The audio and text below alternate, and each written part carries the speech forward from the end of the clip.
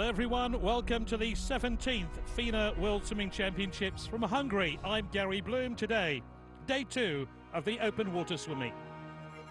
We're on the banks of Lake Balaton, around 130 kilometers southwest of Budapest, in the tourist lakeside town of Balaton-Füred. Busy this time of year with hundreds of tourists. This is the top tourist resort in Hungary, and for many this lakeside town, with the added bonus of having world-class open water swimming to spectate in this world-class open water swimming venue, is a major attraction. This turning into one of the iconic venues for this sport. Now the freshwater lake and mild water temperatures make it a favourite with participants in the sport, and today it's the blue ribbon event of women's open water swimming, the 10K race, 4 times round the 2.5 kilometre course, with the start and finish positions just 50 metres from our commentary position. Representing Slovakia, So here is the course, representing Guatemala, and the pontoon right in front of us. Representing Czech It's Republic, a warmer day than yesterday. We're already in the low 20s with unbroken sunshine forecast for the next few hours. Water temperature about 22 degrees. So no wetsuits today. There's a gentle breeze that's barely disturbing the surface of the water at the start and finish point, but we understand further out to the lake it is slightly choppier. And a field of 62 elite open water women swimmers about to begin the race, with the winning time expected to be slightly less than 2 hours. The Olympic winning time in Rio, 1:56.20. The current Olympic champion Sharon van Rovendal is here competing today as the swimmers now being introduced to the crowd. Also here is my co-commentator, open water swimming expert and International Swimming Hall of Famer Colin Hill. Colin, what are your early thoughts as the women make their way to the start podium? Yeah, it's quite an exciting time right now, as we have everyone just on the line up on the pontoon. And you can see the swimmers, this is the nerve-wracking time now as they're all preparing themselves for this 10-kilometer race. So you can see the swimmers being called out one by one onto the start pontoon.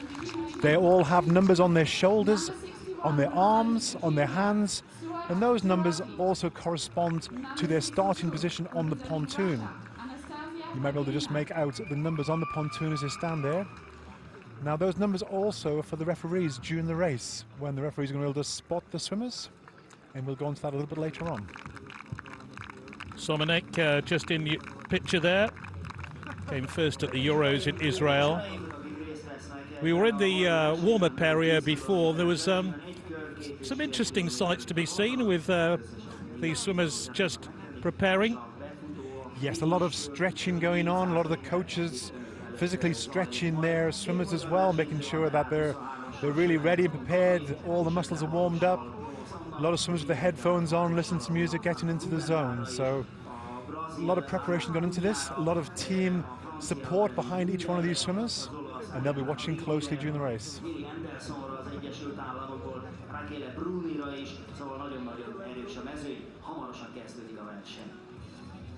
So all these swimmers on the pontoon.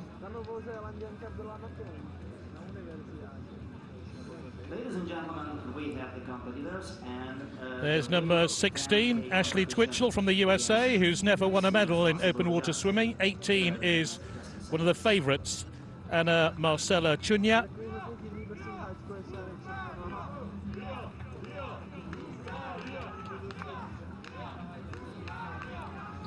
'62 is Anastasia Krapavina, 5th in Kazan at the World Championships 2 years ago. 56 is Anna Olas from Hungary, who lives in the USA. 33 there is the South African swimmer, Sasha Lee Nordigan-Corris.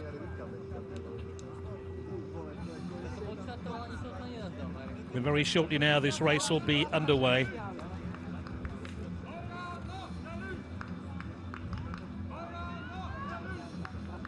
Confirmation of the numbers then, but this was part of the draw that was made a couple of days ago. I reckon about 5 minutes to go to the start, time of anxiety. Just to run down the rules. Yes, right now we have the referees there. They're just watching the swimmers. The referees make sure that all the swimmers are ready for the events, and they have a series of flags to signal to each other.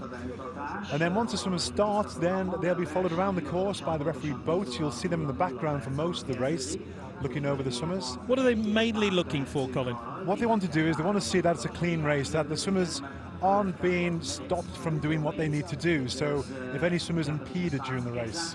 And they're going to go back to the pontoon, of course, and there'll be feeding stations there, won't they? That's correct, yeah. So the start pontoon, they're going off. As soon as they've gone, then the coaches will be taking their place, and they'll be holding out 5-meter poles, which will have drinks on the end of them. And there's actually 2 water feed points today. So who are the lead nations, the countries that traditionally do well at open water swimming, especially for the women? I think for the women, you've got to look at France. They've got some really strong swimmers here today. Italy as well. Italy do well throughout the World Cup. We see them in the top 3 at most of the events. Brazil, we've got Olympic medalists there. Yeah, we just saw Julia Lucilia Arino from Argentina, one of the unfancied swimmers. 26 there is Lenka Štrbová from the Czech Republic. But you can see they're wearing those red transponders on their wrists. Yeah, the red transponders on the wrist, they have been updated this year by Omega, and they give us a bit of information throughout the race. They're going to hopefully tell us their stroke rate as they're swimming, which will give some good information as we go along. Also, around the course, we have some transponder points where we'll pick up some split times during the race. And obviously for the finish, they have to slap the finish board, and that's where we get their time from. A little bit on the tactics, and tell us about the draft, which is essentially swimming in somebody else's slipstream. That's correct. I mean, it's so important for this sort of race. Tactics are everything. So what you're going to see is your swimmers tucking behind other swimmers. You're going to see a big pack of swimmers, because if you're behind another swimmer, you're going to get a little bit more of a rest as you're going along. So drafting is something you're going to hear us talking about over and over again throughout this race. And it's really like a cycling event at Tour de France, when you see cyclists tucked in behind another cyclist. It's the same theory with the water being disturbed, just like the air is disturbed in cycling. You'll see those swimmers looking to get on the toes of another swimmer. Interestingly, the women taken to the pontoon slightly earlier, and they're just having to wait another couple of minutes to go to the start of the race. Just gives us a chance to pick up something you said to me yesterday when we were talking, that you think there'll be a split in the race quite early on. Yeah, I think if you look at the quality throughout the field, obviously all top swimmers here, but we have some extremely strong swimmers, and what they don't want to do is wait until the end to let the sprinters go and take it. So the strongest swimmer is going to really push the pace from the start. And over the last couple of years, there's been huge advances in open water swimming. Maybe 2, 3, 5 years ago, people made it rather gently around the first 3 laps, and then they sprinted in the 4th lap. But now that's different, isn't it? I think you've seen the tactics change, where yes, it's not a case of, going together as a group for a few laps, but what they do is they really do break it apart and they go really fast. So the time of waiting is over. The blue ribboned event of women's open water swimming about to get underway. 4 times around this 2.5 kilometer course. Final goggle checks there by a lot of the swimmers, making sure that everything is in place for this dive start. And obviously you can see they're right next to each other. There's no lanes. We're just waiting for the starter with his red and black checkered flag. There he is.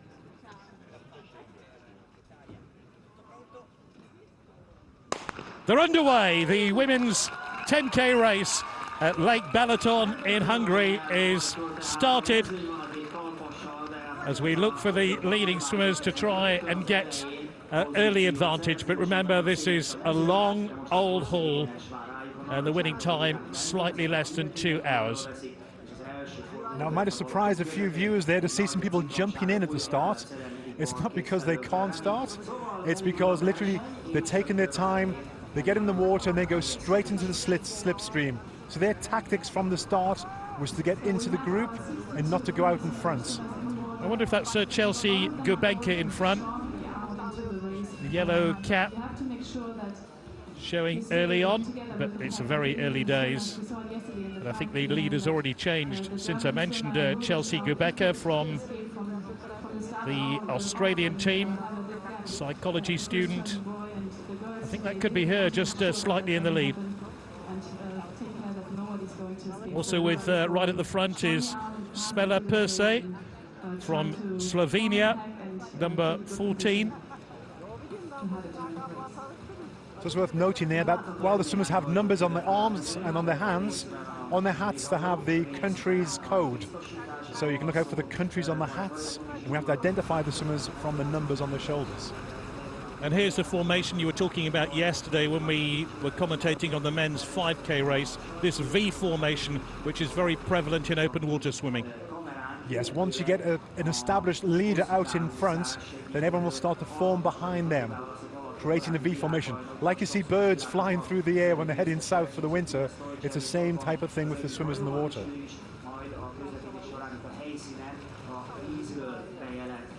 And there is that V formation quite clearly from our wide ankle position.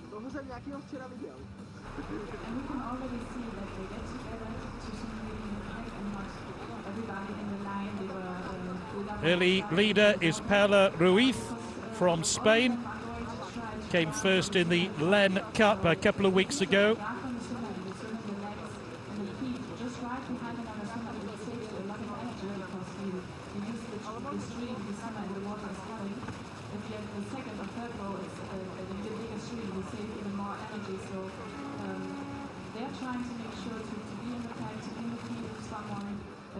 of them and not fight on their own far out of the pack.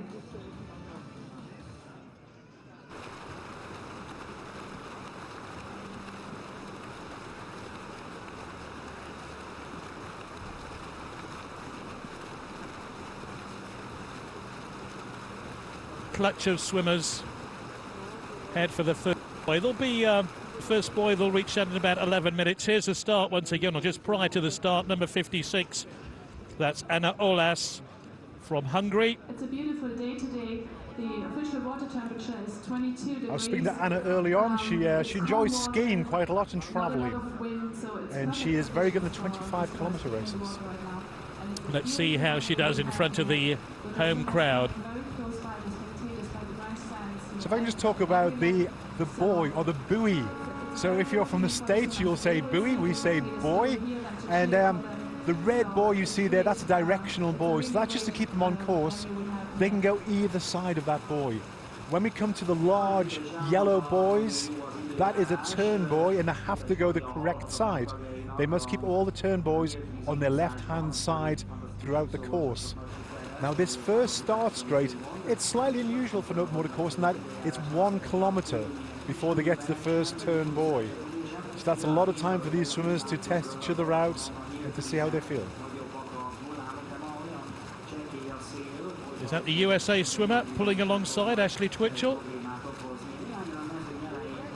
Certainly the lead is minimal, to say the least. We'll have a much better idea when we get to the 11-minute mark, when they go through the first buoy. Their transponders on their wrists will be transmitting information, and we get that information back to our commentary position immediately. But at the moment, it's a lot of splashing, a lot of vying for position.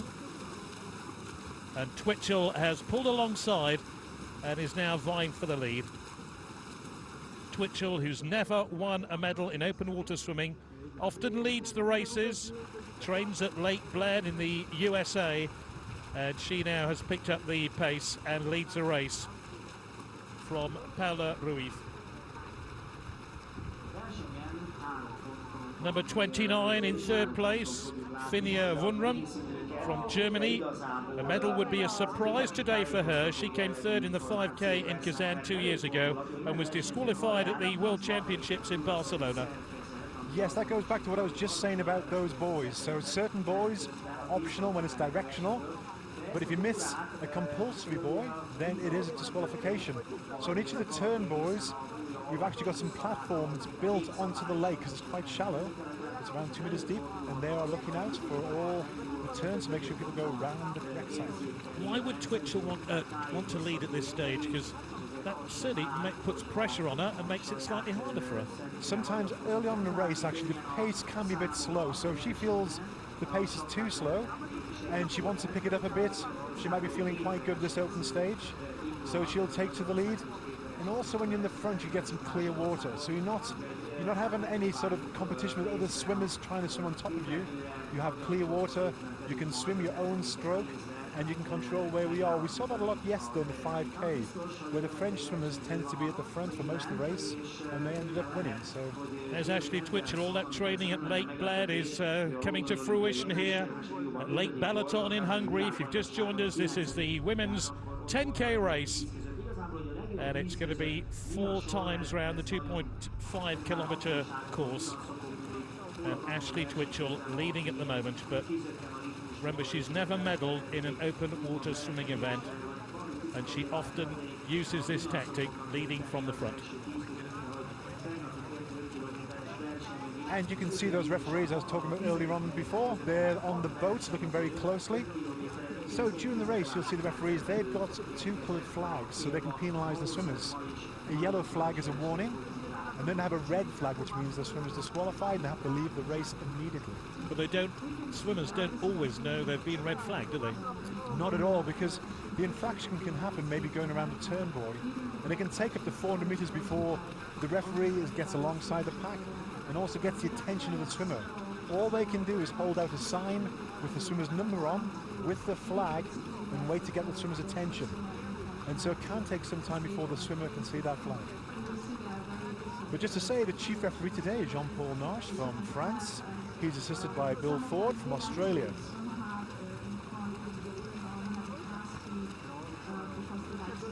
Twitchell going very, very nicely indeed. Confident stroke. Whether she can keep this pace going, of course, is another matter. And we're only 7 minutes into a race which will probably finish for the winning time of about 1:56, 1:57, 1:58.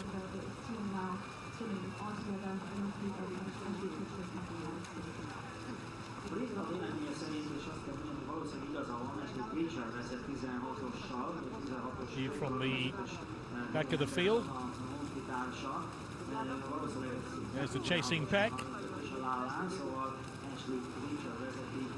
And there's the leader, Ashley Twitchell. And just to give you an idea, Ashley Twitchell, 800 freestyle. She's done an 8:11 before in a championship event, so very fast 800 metre swimmer. And often you get some of the faster pool swimmers now moving across to open water swimming. Now, you swam this lake yesterday, didn't you? What do you think about her style? We'll find out with the cadence later on, but she's got a very relaxed style at the moment. Often you see the swimmers have got a slower stroke rate than what you see with the faster swimmers in the pool. And they don't use the legs very much in these early stages for a lot of the swimmers. Why is that? It's saving energy. You know, there's a lot of effort goes into the leg kick, whereas once you've got a really good arm stroke and over the distance, then really the arms are what come into play early on. The legs tend to come in if they're trying to accelerate. So we're about 2 minutes away from the first buoy, and that will give us an idea, a true reflection of the leaderboard. Although, as you were saying yesterday, it's not 100% accurate because the transponders don't always work depending on how the swimmers navigate the buoy. Yes, the most accurate timing split we're going to get at the end of each lap when they go under a timing gate, and we'll see that later on. But as they go around the buoys, the transponders are picking up in a lateral position, so we will get a rough indication of what's going on.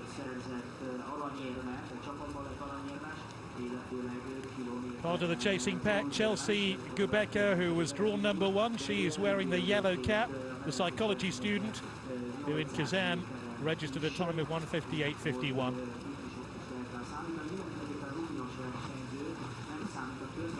And she was also 5th this year in Abu Dhabi in the World Cup. Now, Abu Dhabi, the FINA World Cup for 10 kilometres, it's a good indication about how the swimmers are doing, because that is a really well-attended event with lots of the top swimmers. So coming 5th there was really strong.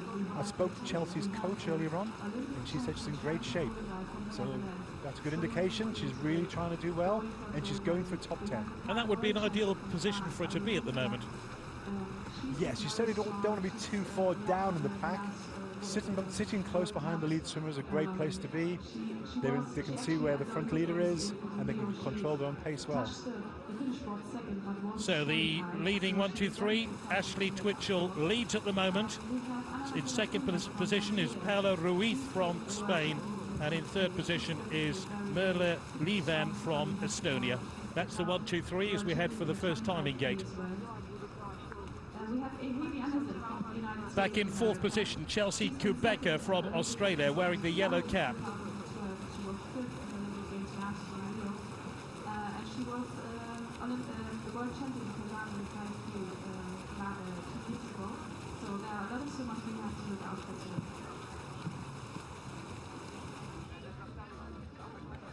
Very benign conditions at the moment, but it's going to get slightly choppier out there, isn't it?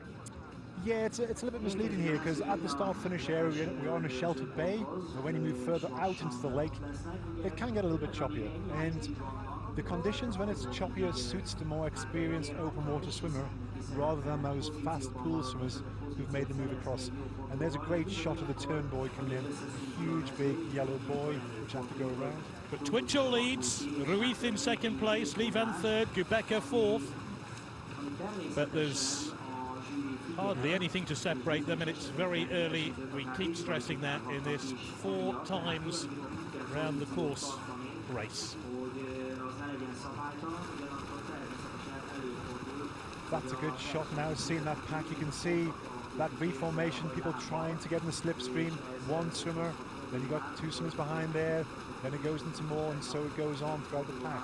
Ruiz and Livan in the second and third positions there in the main slipstream of Twitchell. And they're heading for the first buoy. Twitchell maybe half a length in front, maybe slightly more. Yeah, lengthened a bit in front now, Twitchell. Here's the first buoy, the first turn. Now this is where swimmers can make time, and more importantly, they can lose a lot of time here. Often swimmers can get an elbow in the face as they go around the corner. You can see swimmers, they're having to stop, look up, they're swimming over the top of other swimmers. They can't find any water there. Once you get a 90-degree turn in an open water swim event with that amount of swimmers together, that's where it can all change. Well, it suggests the timing gate suggests that Benesova has come from nowhere, the Czech swimmer, to take second place, with Moriyama in third place. Again, I think those times around the turn buoy is a good indicator, but I think we'll look at the screen. And interesting to see how the lead can change around those buoys. It happened yesterday. We saw it through the 5K with, I know, the British swimmer. He got hit in the face and actually his goggles came off. So anything can happen. Paula Ruiz appears to have picked up the lead at the moment. The first buoy.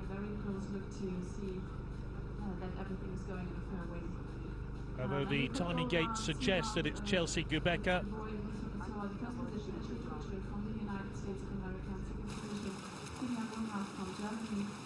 In the blue cap, it's Merle, or rather Aurielle Muller in the blue cap. She's from France, the world champion from Kazan, and maybe she's just beginning to make her move at the moment. Aurielle Muller came fourth in Setúbal.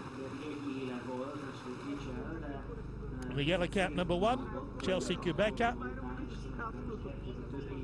And Muller from France, obviously one of the main favourites today in this event, as well as being the world champion, current world champion. She also came first in Abu Dhabi, that 10K kilometre race I was talking about before.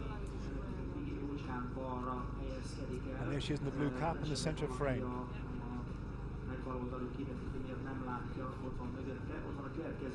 So the first sign that we're seeing of Aurielle Muller defending her world championship status from Kazan 2 years ago.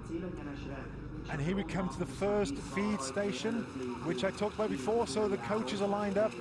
They have all the poles there with the water bottles, and it's going to be interesting to see who takes on some liquid early on.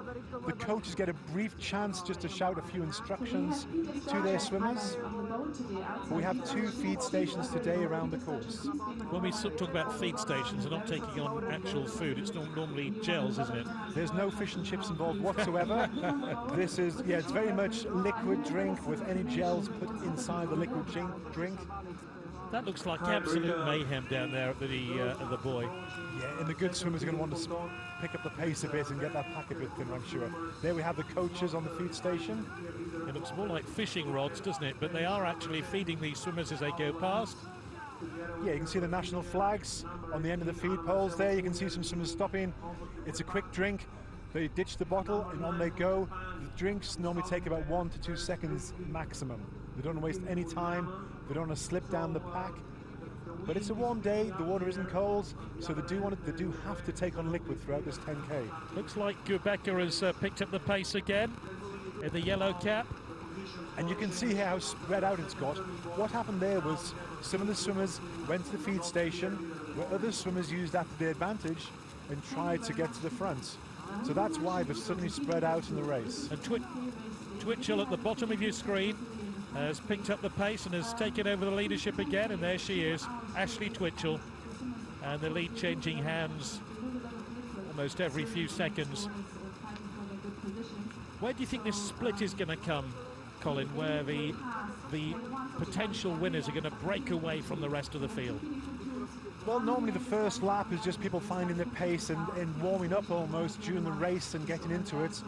I think certainly always the last lap is when all hell will break loose and everyone will start to go flat out. But I've got a feeling with this race, after 2 laps, we're going to see a major split. But I'm still surprised how many swimmers are together right now.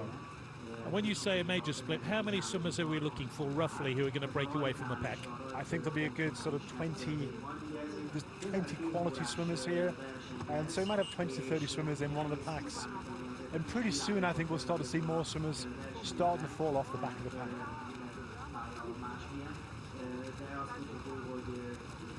Auriel Muller, right at the centre of your picture, picking up the pace again. Came second in Rio.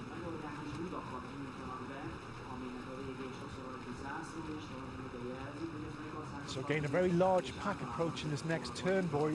Once again, it's going to be very interesting to see what happens once they've gone around this next 90-degree bend.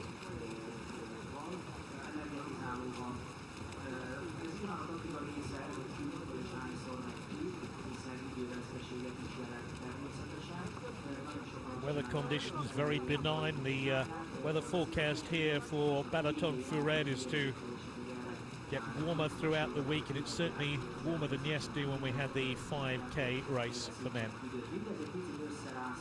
Twitchell in the lead. The sun is very hot today, and the swimmers will feel the sun on their backs as well.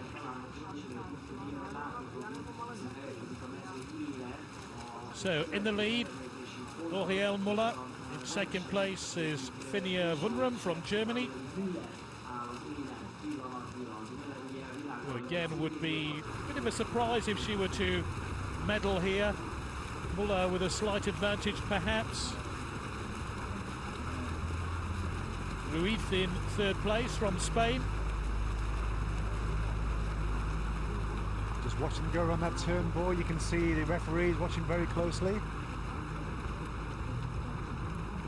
Muller, Wunram, Ruiz, Youngblood, Huskisson, and then Maura, the leaders at the moment. Danielle Huskisson from Great Britain. That would be a marvellous performance for her if she could keep this up. She wears number 44 and is yet to break through at senior level, and all her time practicing yoga perhaps giving her the subtlety, or suppleness I should say, and subtlety in the water to do well. Muller doing a backstroke. Again, as I mentioned before, they just flip onto the backs very quickly, a few strokes. She's trying to see where the pack is around her, who's on her toes, and how many swimmers are still in.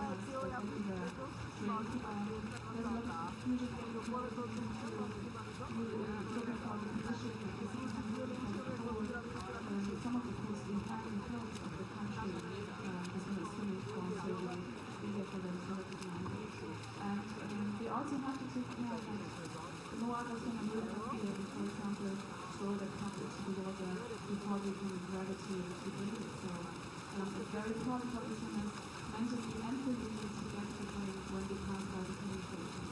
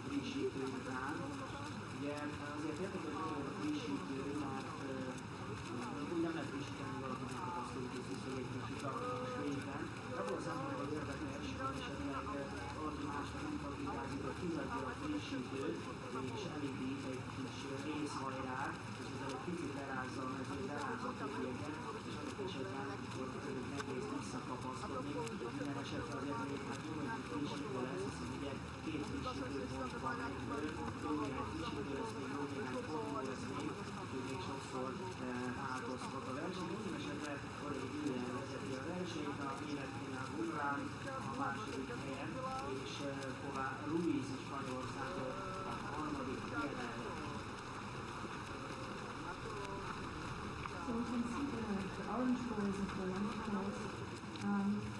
Just the yellow ones, they are the turning boys, which means the swimmers have to leave them on the left shoulder swimming around it. It doesn't matter for the orange boys if they pass either on the left or on the right side. Just to give you the split times or the positions they have now at the second turning boy, we have Aurélie Müller in first position from France, Kunya from Germany in second position, Paula Solis from Spain in third position, Viviane Jungwirth from Brazil in fourth position, followed by William Huskinson from Great Britain and Anja Maura from Germany. Láthatunk néhány furcsa sapkát is. A verseny előtt ellenőrzik a versenyzők felszerelését, és azok eltartoznak a sapkát is, és annak, akinek a sapkája valamilyen okból nem megy át az ellenőrzésen, azok kapnak egy fehér sapkát, amit gyakorlatilag kézzel, beszélgetikkel írják rá az országának a rövidítését. Ott az előző közeli képen írhatjuk, hogy megjelennek a sapkát.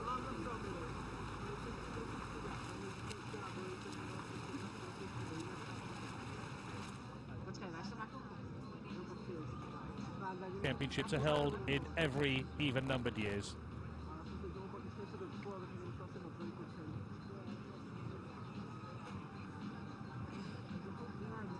So the first sign of the swimmers coming round,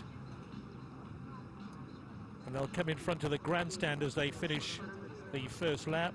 Still some time to go yet, but you can see they're at the far end of the course.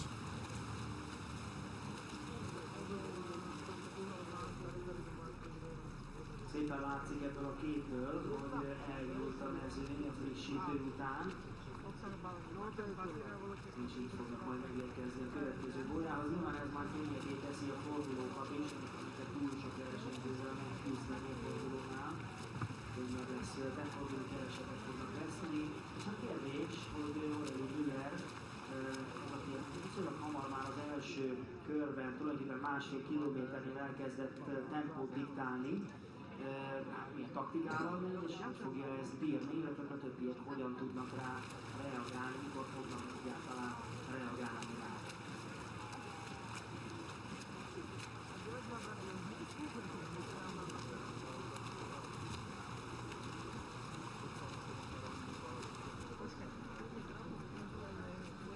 We can see the swimmers now all lined up, swimming one behind the other, which is usually a sign for a very fast speed, because if the speed is a little bit slowly, and they used to swim next to each other, not swimmers next to each other, like 4, 5, 6 swimmers next to each other, trying to find the best position in the front of the pack.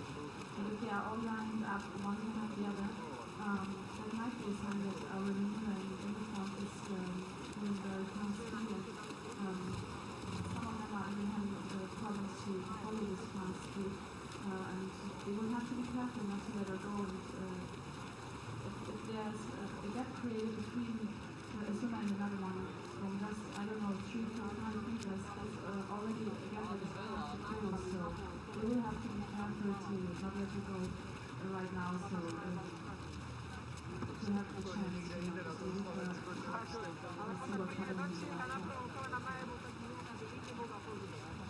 Allora, aki most vezet a versenyben, és ugye a legutóbbi világbajnokságot megnyerte, tehát a címvédő. Kazányban az első forduló, az első kört 30 perc, 33,9 másodperc alatt tette meg, de most látható, hogy 26-14 km jár.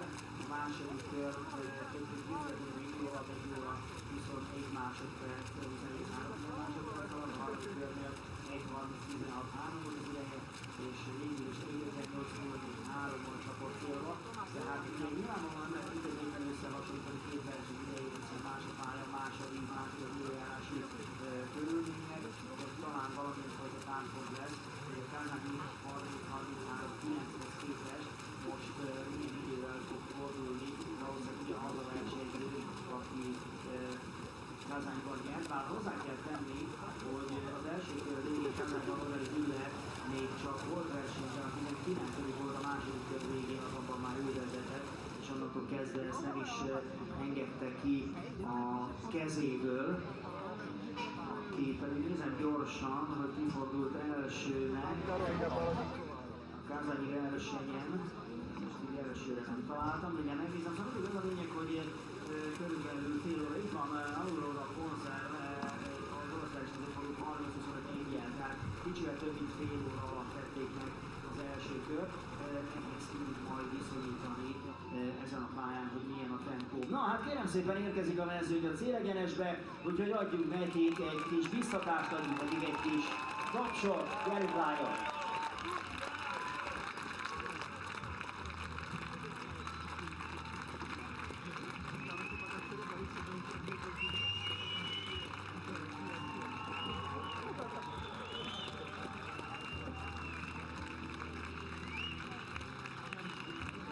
Güller vezeti föl tehát a mezőnyt a nézőtéren, és ott van a mezőnyre első menek, van Kata is, és ott van Olasz Anna is, úgyhogy gyerünk, buzdítsuk őket most egészen biztosan, hallják, hogy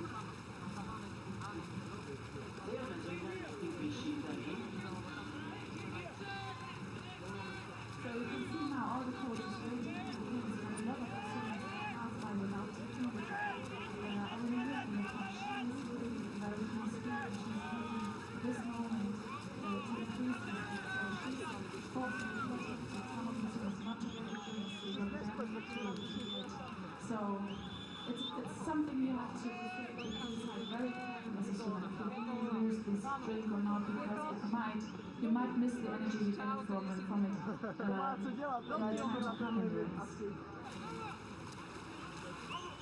Látható, hogy néhányan elhúztak a frissítők mellett, nem vették igénybe, természetesen az opcionális, és mindjárt látjuk a sorrendet, de a főtetején nem megfelelő. At the same time, most of the swimmers after competing they are wearing their clothing,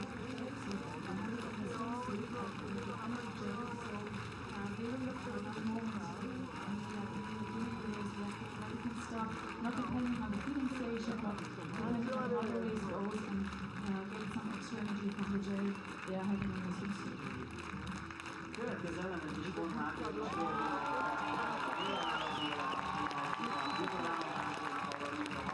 egyáltalán nem lehet készíteni, de a brazil Daniel Askinson az 5. helyen, és néznek gyorsan, hogy a magyar lányok hogy fognak. A olasz Anna, őt a 13. helyen jól csinálta, őt a 13. helyen, és Sömenek Onuk Kati a 18. helyen fordult, nagyszerű, nagyon jó pozícióban vannak, ott vannak a következő bolyban, jó helyen vannak, jól csinálják, jól szurkoltak nekik. Gyerünk, szép volt az a Ria Hungária, amikor elúsztak a lányok, még sok ilyen, nagy taps a közönségnek is. So they are very much spread out now. We have a lot of students who already lost contact with the they are all lined up, so already is doing a very fast race. They passed by the 2.5K in a little bit more than 31 minutes. It's a fast speed they are doing. You can tell by the form of the pack. As I said, some of the swimmers they choose to grab the drink and they lost contact to the leading pack, so we have work for them now to catch up with the pack. But we're still 3 laps to go, so a lot of things to do.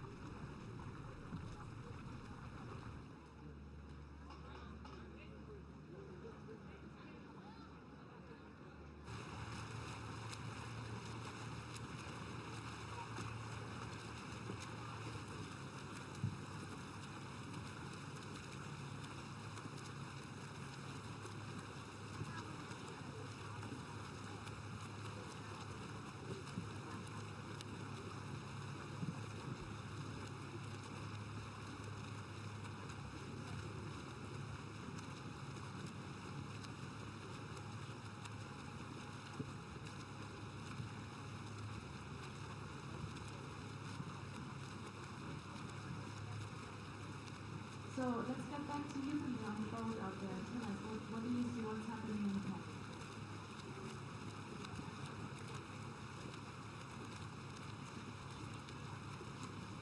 In the long line at the moment. We have clearly 9 girls leading the pack with French number 21 or Europe, and followed by the young German swimmer, followed behind them is the number 10 from Spain, and the Olympic champion from Netherlands, Rovendal, the fourth position at the moment. It's not anymore a big fight with the girls. The fight is spread in the long line.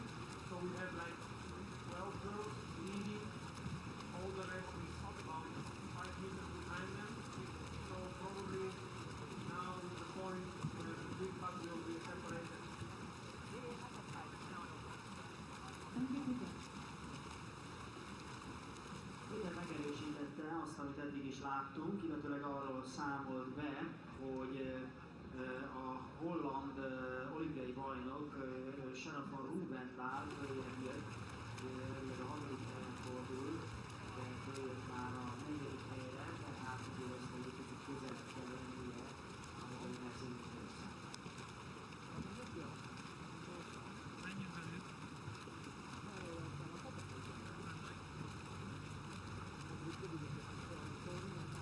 Brazil Kunyánál indultat látjuk ebben a sárga sapkában, és a másik brazil Marcelo Kunya is a közelben. Indult a 4. helyen fordult, Kunya pedig a 8. helyen, úgyhogy a két brazil, de ott van elsősorban Kunya tartozik az esélyesebbek közé, de igen, a indultal is természetesen számolni kell. Marcelo Kunya a legutóbbi világos bronzérmese, 2013-ban volt a világos ezüstérmes volt. A hazai lehetőségekben nem sikerült egyik az ultrazélális számára sem. A Anastasia Krapilina is, aki a szintén szor megfelezkezni, 62-essel indul, ő a kazanyi VB-n 5. volt, Rióban pedig a 8. helyet szerezte meg többek között, tehát ő is képes arra, hogy a legjobb 10 között legyen, úgyhogy vele is számolni kell. So we do have most of the favorites in this team pack. Let's talk about Adelina.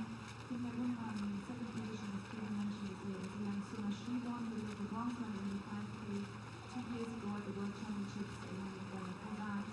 At only 19, she's 21 years old now, and she's done very well in the World Cup, so she might do a very good job being there today. We will see. We have Anastasia Kunya with them, as well as the Olympic champion from Rovendal, and I'm sure we will see a little bit more from her the further the race goes on, and it will have her more in the front than she's now. But she's in 4th position, so she's just there waiting in a good position to follow the race and see what she can do at the end.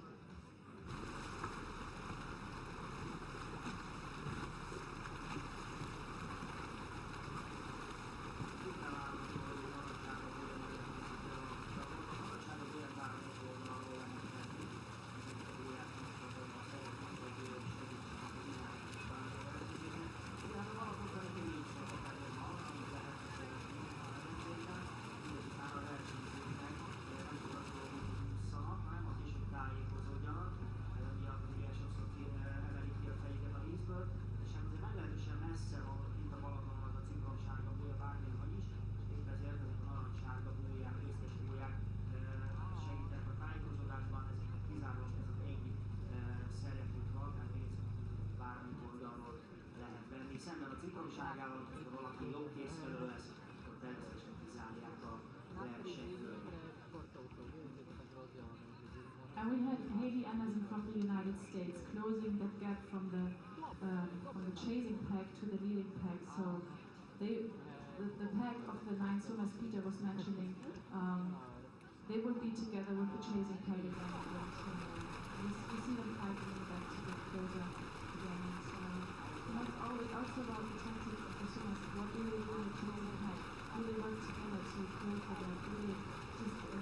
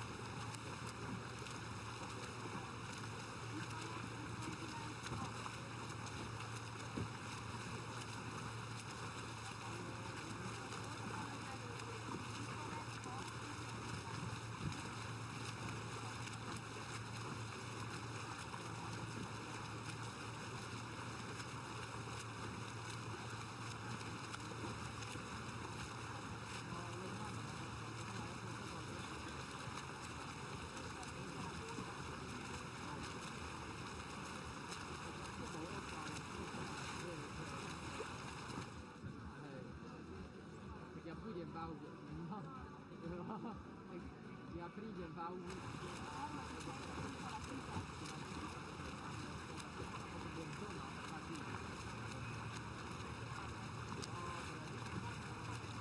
So as I was saying before, we have the Olympic champion now,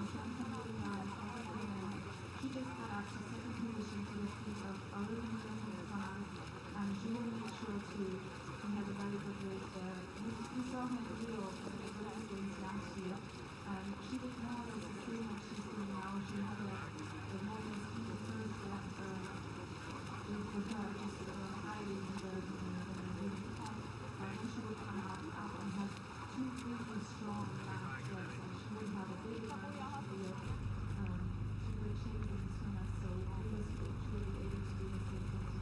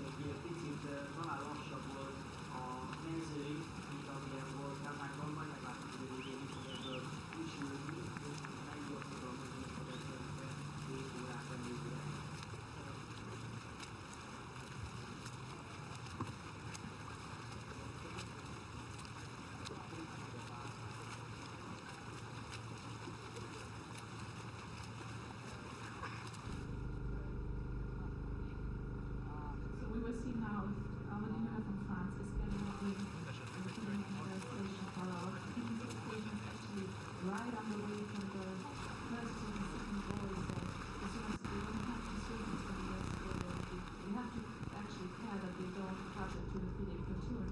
So it might be a better moment to take a drink over there at the feeding station than the one here at the standing area, because here they do have to swim some extra meters to get close to the feeding platoon. Érkeznek a harmadik frissítőponthoz, ugye látjuk, hogy az élmezőny a második pontot többé-többé kihagytak, kérdésük most ugye látható, hogy és korábbi éveket látható volt, hogy az időveszteséggel jár, közben minek 20 métert előzni, kiesni a útból, illetve az innen valamikor előtt a frissítő, akkor megáll először és tapsosával neki a frissítő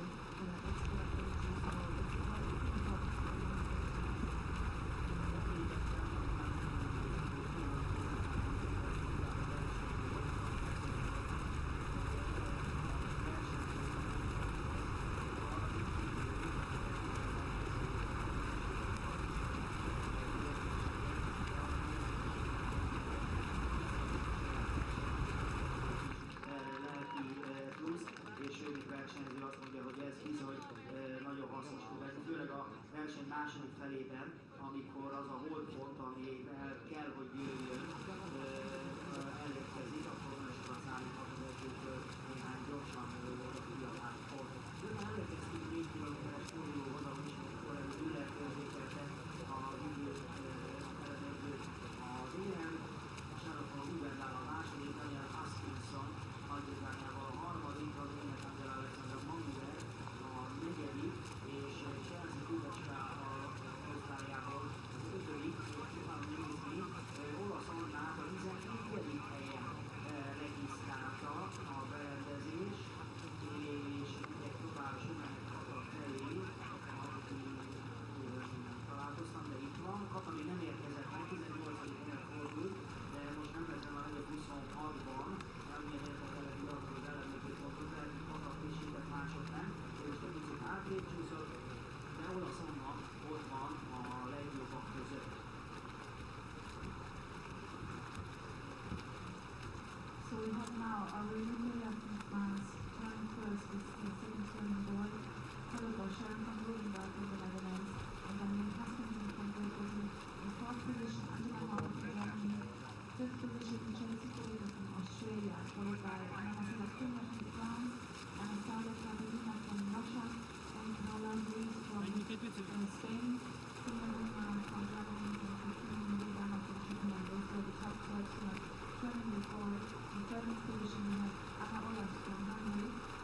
She's actually the silver medalist from Thailand at 25K. So she might be here home in her home country in Hungary, being stronger than she already is. So she's there in the lead as well. We saw Angela Maurer in the fourth position. She's actually the oldest athlete of the she's 41 now. She will be 42 by the end of July. She's been a world champion in the 25K. She's won a lot of medals in the 5 and 25Ks and several world championships. So you can see that even at a higher age, she can be very, very successful in open water swimming. Of course, experience helps a lot in this sport. We have the youngest swimmer as well in the field. She's only 14.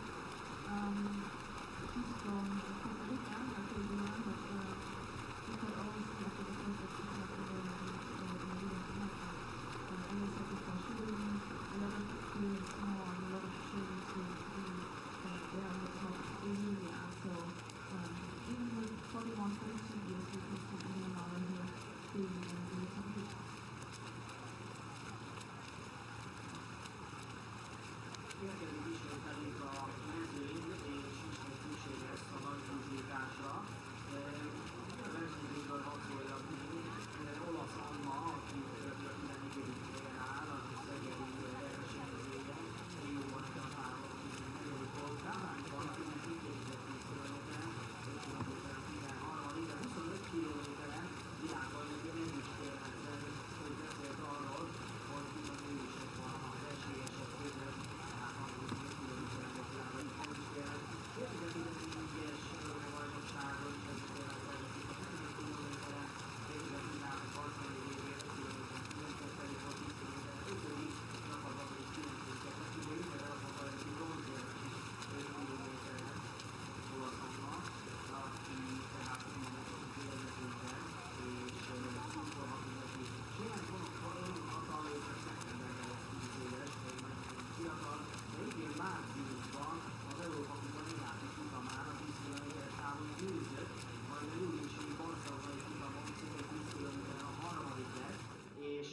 Azért mindenféleképpen biztató eredmények. Tőle azért fantasztikusan szép eredmény lenne, ha benne lenne a vízben, hiszen megteljesen erős a mező, természetesen szívódik egy jó eredmények, ebben a versenyben az is rengeteget számít, abból még kevés van, de ebben a világbajnokságban ebből a rutinból lesz magának. Közeledik tehát lassan a mező, és amikor újra odaérnek a rajtnáli előző pontot, akkor érkezik a mező 10 km-es versenyében. Tehát Odali Müller vezet, Sharon von Rubendal, Daniel Huskinson, a a sorrend. Olasz Anna a 11. helyen fordult, és nézem Katát, hogy 5. helyen regisztrálták, de úgy látom, hogy most meg az ő óráját nem érzékelte a berendezés, mert nincs meg 3,5 kilométeres ideje sem. So let's start with two people. If you can tell us more that will be increased by teams.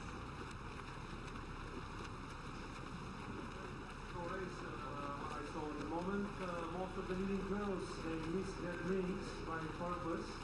So let's see what's going to happen now at the feeding station A when the girls come to the starting place.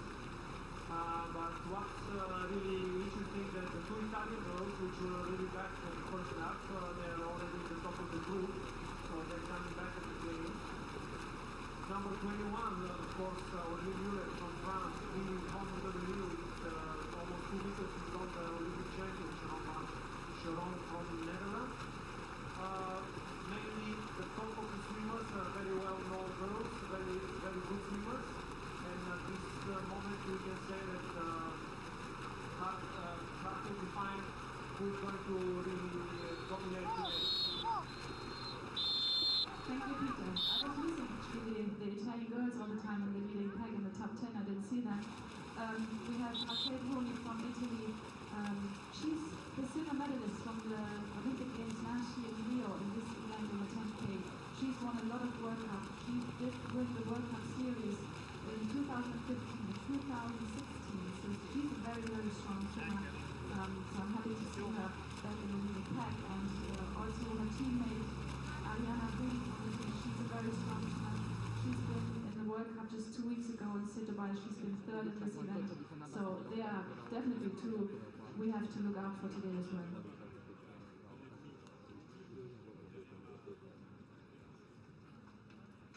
Közben talán ők is hallották, sípszót is hallhattunk, illetőleg láthattuk közeli képeket az űrhajóról, ők természetesen figyelik a mezőnyt, hogy történik a szabálytalanság, nem történik a verekedés, valaki nem ide, vagy ugye szándékosan oda a másiknak, és ezért figyelmeztetés járhat, sőt akár is kizárással is működtetnek a versenyben. Na, érkezik újra a mezőny ide a célegyenesbe, és a mezőnnyel, az élmezőnnyel együtt érkezik Olasz Anna is, úgyhogy ismét el kell, hölgyeim és uraim, a buzdítás, ismét el kell az a Ria, Hungária, ismét itt az idején, kicsit olyan kis bőrpatlannyal, és egy nagy tapsal buzdítsák a versenyzőket, ki a magáét, és természetesen mi magyarok leginkább a magyar versenyzőket. A gyerünk, jöhet az a Ria, Hungária!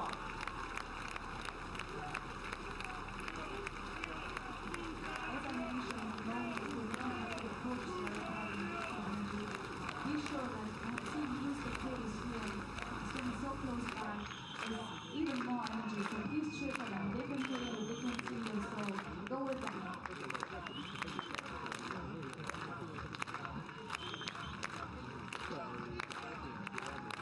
Erők, ez az fantasztikus,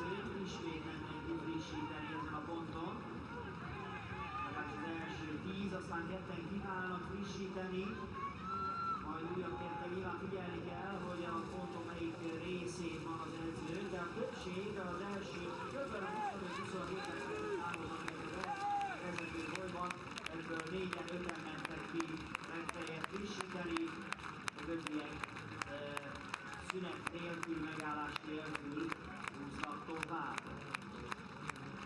It means for the swimmer to swim like an extra 5 or 10 meters to the field between, depending on in which position the coach is waiting for them.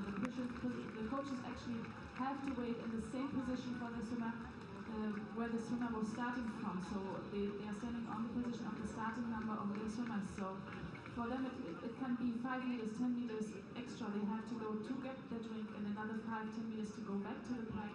And a few meters that they have to swim on their own without being able to run from someone. So this could really be a deciding moment for the swimmer to stay with the pack of the race.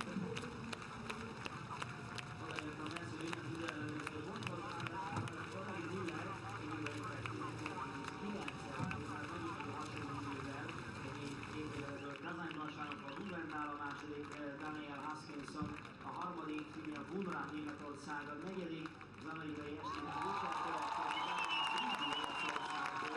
aki két ellenőrzési formát nem érték el, a Bunrának mindig érkezik, a olasz Kunya pedig a 10. helyen fordul, egy óra 1 perc 36 másodperccel, a 10.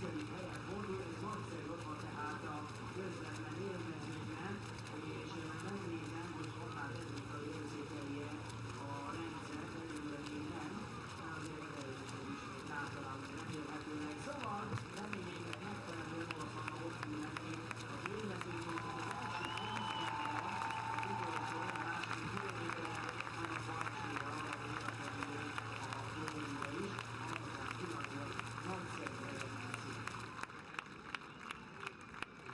So they completed the second leg now, passing by here in 1 hour and 1 minute. So they did this second leg in only 30 minutes, which means more than a minute faster than the first leg. So we can see that our France there in the front is doing a very fast race. And I'm sure she will keep energy and have more energy to even increase more. So that's why we see more swimmers falling off the back of the pack, and that lead group is starting to get smaller and smaller.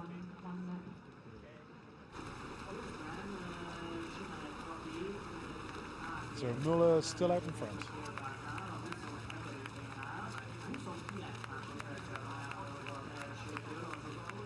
To all our commentators worldwide, our apologies for a loss of commentary due to technical difficulties. We understand you're now back and with us, with Colin Hill and myself, Gary Bloom. Colin can update the leaders. Yes, it's an incredible race so far. What we've seen is the pace picking up. So onto the second lap, they're almost a minute faster in the second lap, with Müller from France still out in front. Sharon van Rovendal, the Olympic champion, in second place. She's fighting hard to stay on Müller's toes, who I've got to say is stretching out in front.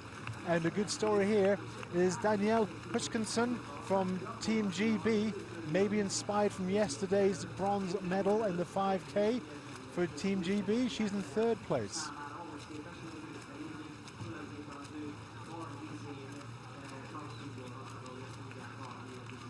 There is the leader, Müller. She's been in the lead for quite some time now, hasn't she?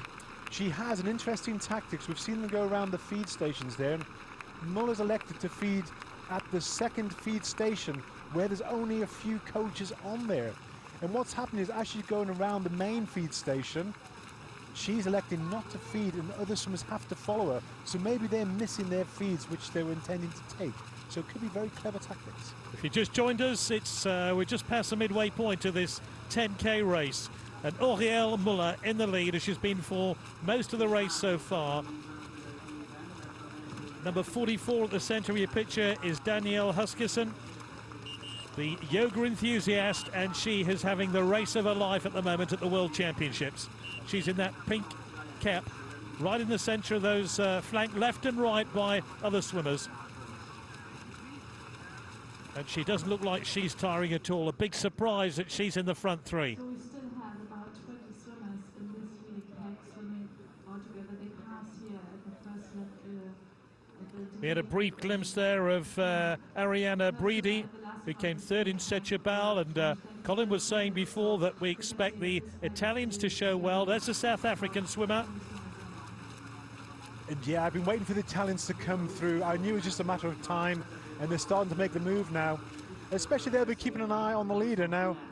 Muller is starting to get a bit of water between her and the rest of the pack. So those swimmers who want to win, they've got to cover that. They can't let her get too far ahead.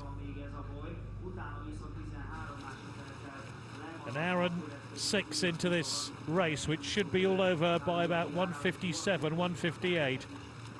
As they head out for lap 3. They're in the early stages of lap 3 in a 4-lap race.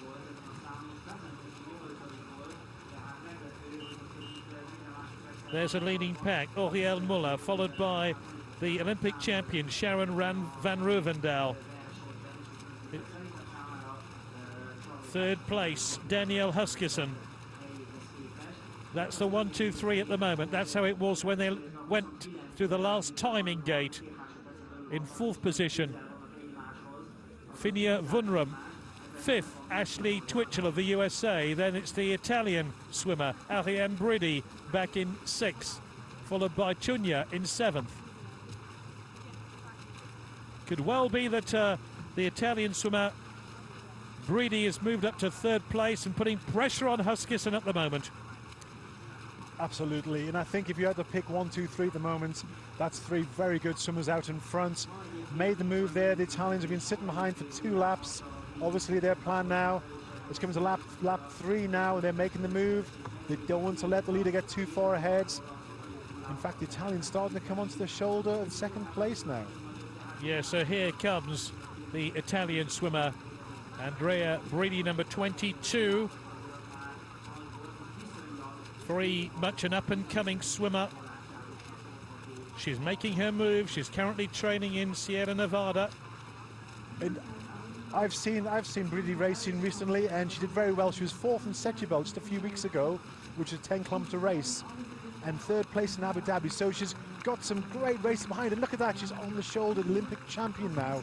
She's going stroke for stroke. And in 4th place now, it's Danielle Huskisson. She was in the front 3, just dropped off the pace slightly, but maybe that's being unkind to her because of the move by Breedy. Yeah, the pace is picking up once again, but really Danielle now especially needs to dig in. She needs to dig in and get back on the feet of those other swimmers.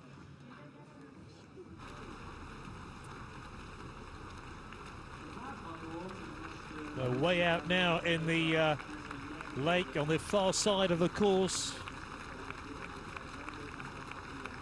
But still the leader is Oriel Muller, the defending world champion from Kazan 2 years ago.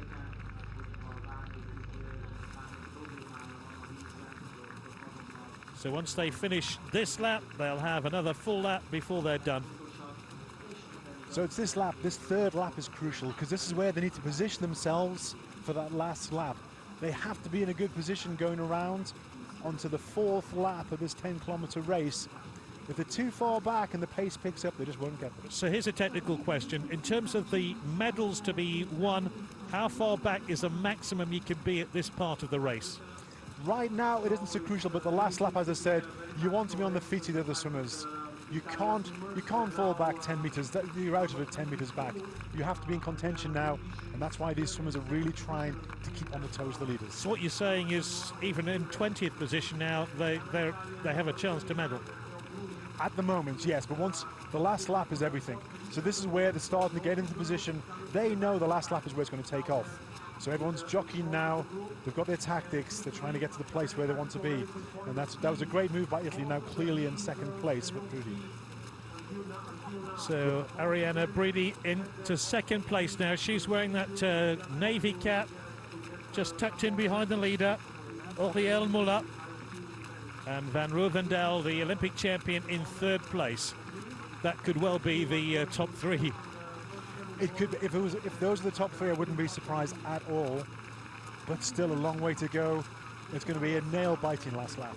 And the 2 clouds coming over the lake at the moment, just giving us a bit of respite from the bright sunlight, and the swimmers too, of course. I think the next interesting thing is going to be who feeds this next feed pontoon. How far away are we from that, Colin? Looking at it, looks like about sort of 500-600 meters away from the feed pontoon. But generally speaking, most swimmers will not feed on the very last feed station before the last lap. But I've been watching these swimmers, and a lot of them haven't fed at all so far, partly because Muller's been keeping that pace going so fast around in front of the feed station. So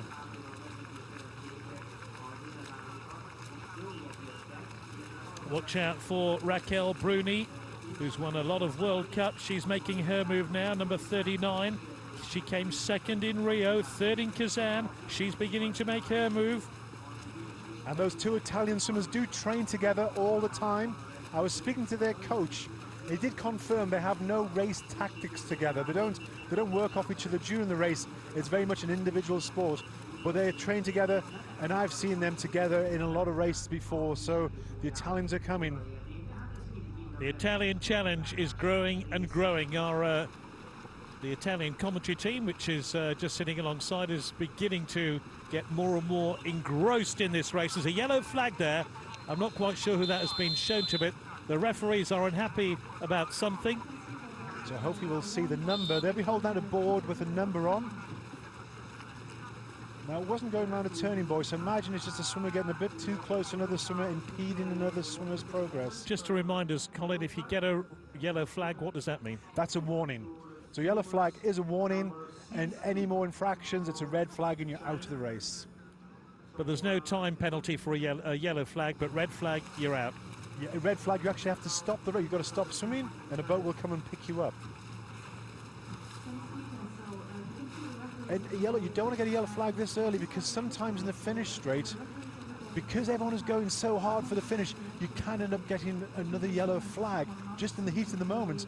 So you could find yourself being disqualified in the home straight. So it's something to really be careful of. Did you get a flavour of why yellow flag was shown at that point? It looks like the people who are a little bit further back in the pack, obviously the pace is picking up, so they're desperately trying to get in the right position for the last lap. I imagine it was somebody just trying to get across, trying to get themselves into a better place, and they've probably pulled on another swimmer or swam over the back of somebody. And we'll see them going around the turn buoy now, heading towards the next feed station. Not quite coming to view of our commentary position. It looked like USA there. It looked like they just swam straight into the buoy and knocked their head there. So Muller leads then. Van Roovendahl second. Huskisson has picked up to third place again. And Olas could well have made a move here. But remember, these positions are only not official. Yeah, it didn't pick up the Italians by the looks of it. Obviously, if you're swimming very close to that buoy and you end up going under it a little bit, it's very hard for the transponders to pick up when the transponder is underwater. But Muller definitely leads, and that's the point. And Van Roovendahl very close by, but they didn't pick up the Italian swimmer. So now we're going to be looking eagerly at this feed station to see who does stop for a drink. Incredible story with Muller still being out in front. Kind of trying to remember when she took the lead. It was very early on, wasn't it? It was, and I've got to be honest, although she's got the strength, she's obviously very confident, it is going to be taking something out of her. So you do wonder whether some of the other swimmers maybe have better tactics by holding back a bit. It's all going to come down to this last lap, and we'll see. Xin Xin in 10th place, the Chinese swimmer.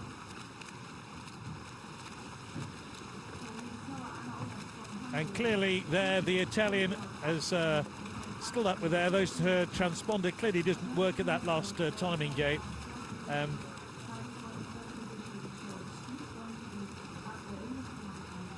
Bruni, the other Italian swimmer, in 4th place. Just beginning to make her move, Raquel Bruni. Now what money here on 2 Italians medaling in this race. They're both there or thereabouts. Incredibly good swimmers, incredibly fast on the finish straight as well. So Muller's been out in front for so long now. He just wonder whether she can hold on to this for the full event. But there's still some strong swimmers behind them as well. It's still not too late for some of that chase pack. maybe the Brazilians to come up as well into contention. And you can see they're a bit of a breakaway, so one of the swimmers starting to spread out there as they come up to the feed station. Yeah, you did say that you thought there'd be a split. This is the feed station the swimmers are heading for now. They're out on the course.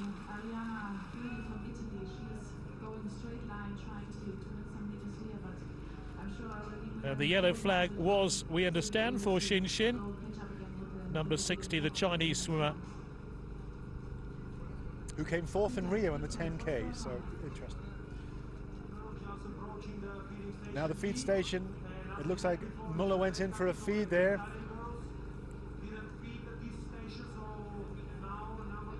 And the Italian team not stopping for a feed, but not all the swimmers have coaches on that feed station.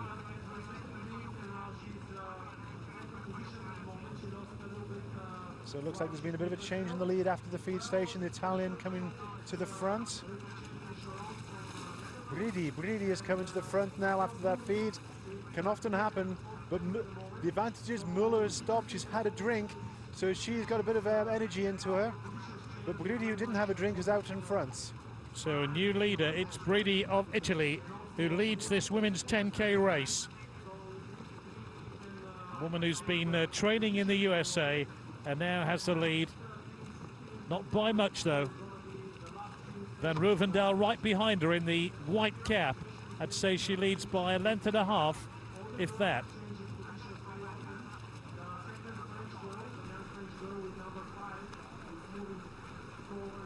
Roovendaal now back into third place. Confirmation of that yellow flag for Xin Xin of China.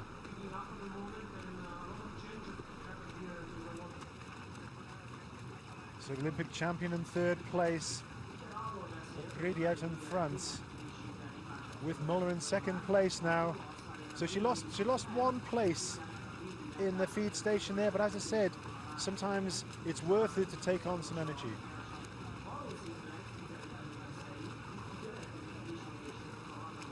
And we have number 39, Bruni on the So it's an Italian first and fourth with Muller and Van Roovendaal between them.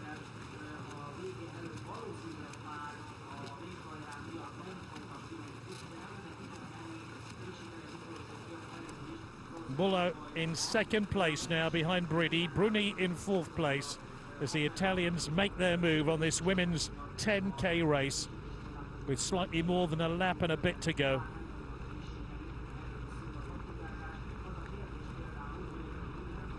I reckon they'll be coming back in front of the grandstand in about 5 minutes' time. And we will really hear the crowd roaring as they come past in front of the stands, and then they will have the final feed station before the last lap.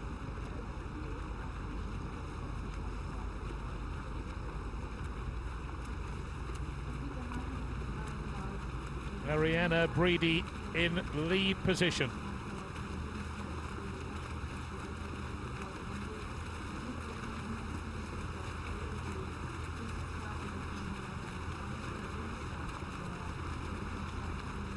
Those captions, remember, not official at all. They're just a guide for the official timing, but you can see by the naked eye that Bridi is the leader. Muller second, Van Roovendaal third, Bruni fourth. So now they have 700 meters before the next turn, boy.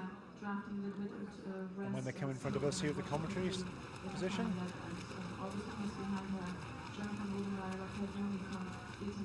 They will be doing just the same, waiting for this lap to finish. And another glorious day on Lake Balaton. So you might be able to hear in the background there the whistle from the referee. That is the chief referee, Jean-Paul from France. He's keeping an eye on the swimmers, trying to keep everything as safe as possible for them. So the whistle is just trying to attract the swimmers' attention, and he's just saying to them, look, keep some space, keep apart.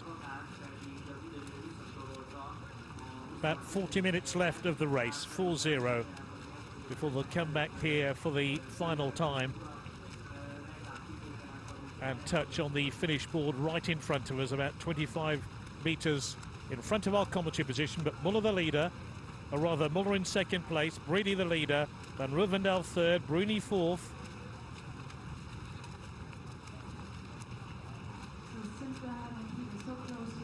And it looks like Bruni is now taking over third place. Van Rooyendaal in fourth position. Raquel Bruni beginning to make her move. Up here at the end of the third lap, two Italian girls are leading the group. There are now clearly four girls. Italy first and third.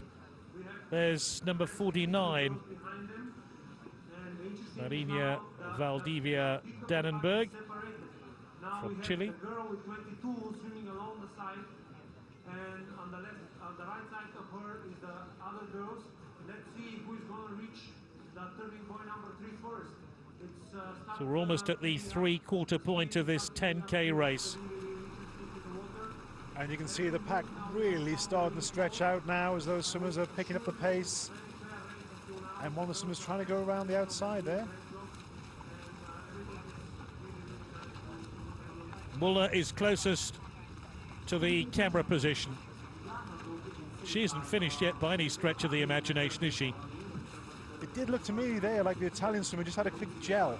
Now some of these swimmers do keep gels in their costume, and they can pull a gel out and have a quick feed as they go around themselves. So it looked like she went to the side, had a gel, and then she's back in the race.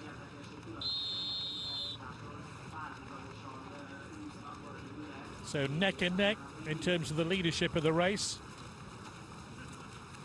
Okay, there's the referee there. He's blowing the whistle to attract the swimmers' attention. You can see the swimmers swimming very close there, and that is of a concern. So he's blowing the whistle. He often gives them a warning first, and he's trying to sell. Yep, the swimmers spotted him. I think they're trying to reach for a number. I think there's a yellow flag on its way. It looks like there's a flag coming out. You're right. Let's hope it's not number 60. Shin Shin has already had one yellow flag. As I said, yeah, they're writing something down on the board there. You don't want to go into the last lap with the yellow flag because it means anything else and you're out of the race. So there is a yellow flag. Is that number 1 there holding up? No, he's going to change it now. The referee just holding back. Yeah, that's Bill Ford there who's assisting the referee. He's just writing the number down. Bill Ford from Australia. So the yellow flag has not been issued just yet, but it looked like it was on its way.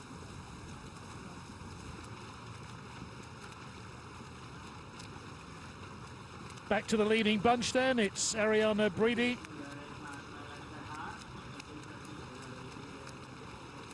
She's furthest away from the bottom of your screen and now in the lead by maybe half a length. Second place, Aurielle Muller from France. And you saw Muller there, she realised that Brady was going to pass, so she just tucked in behind. You saw her look up, tucked in behind, and then she's going for that draft. But these two are starting to pull away from the rest of the pack. There is a bit of a gap opening up.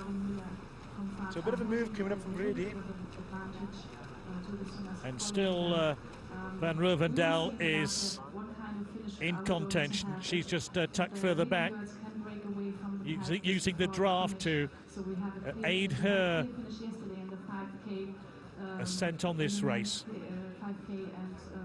Also last year, the Rio Olympic Championships, at least Sharon van Rooyendaal, Bruni she got away then quite far from the also in contention.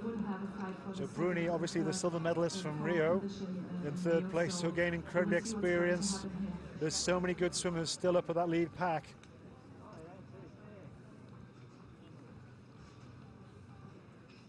It's Italy 1 and 3 at the moment, in between the Muller of France.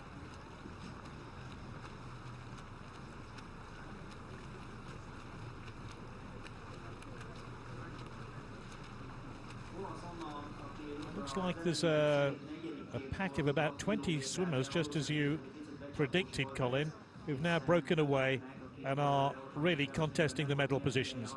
Yeah, it's like we thought. There'll be come down to about 20 on this third lap, and imagine there'll be more swimmers starting to fall off on the last lap. And we will get a clear indication on the last lap who the main contenders are going to be. But Muller's still there. She led for a few laps and she's still in contention in second place, with Bridi out in front. And Bruni from Italy, the silver medalist from Rio, just off the toes of Muller, but she should be able to get herself back there. And all important, try and get on the toes of the swimmer in front, get some draft. Now this water's interesting in that there's very little visibility in the water, so it's harder to stay behind a swimmer. Van Rooyendaal back in contention, the Olympic gold medalist at the Rio Olympics. Van Rooyendaal took gold, Bruni took silver, and Shin took fourth position, but not by much. Krapavina, who we've already seen today, back in 8th position in Rio.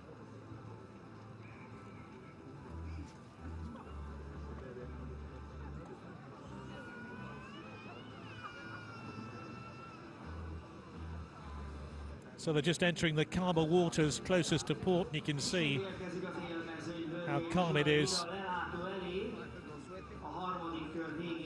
And they're about to hit a turn buoy.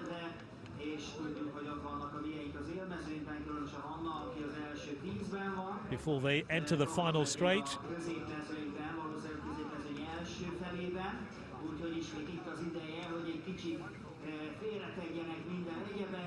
This is the turn buoy before they turn left.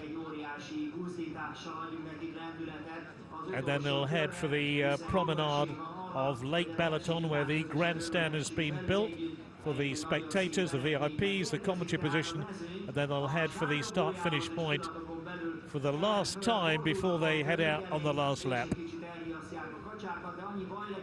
So almost a 90-degree bend here as we go around that buoy. And looks like the first few swimmers are cleanly around.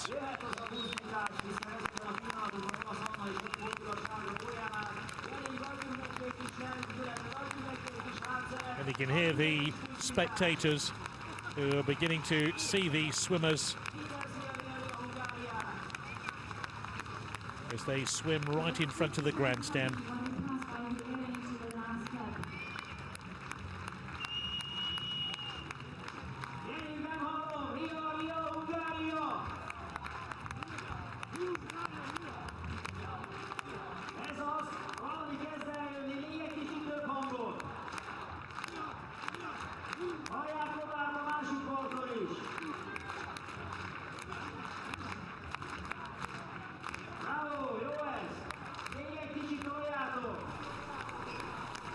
Getting a terrific round of applause, but this, the chasing bunch, all will have hopes of, in roughly 25 minutes' time, coming back here again with a chance of winning a medal. And that pack is really starting to lengthen out now as the pace picks up. Certainly Bridi will want to be clear going around those two buoys, because the next two buoys are very close together, so you want to have some nice clear space. You don't want to be getting involved in any sort of physical contact as you go around. And here they come in front of the main grandstand, in front of the giant television screens which are relaying live pictures to the spectators here of this women's 10K race from Lake Balaton in Hungary. All the support boats and vessels alongside them. The sun shimmering off those vessels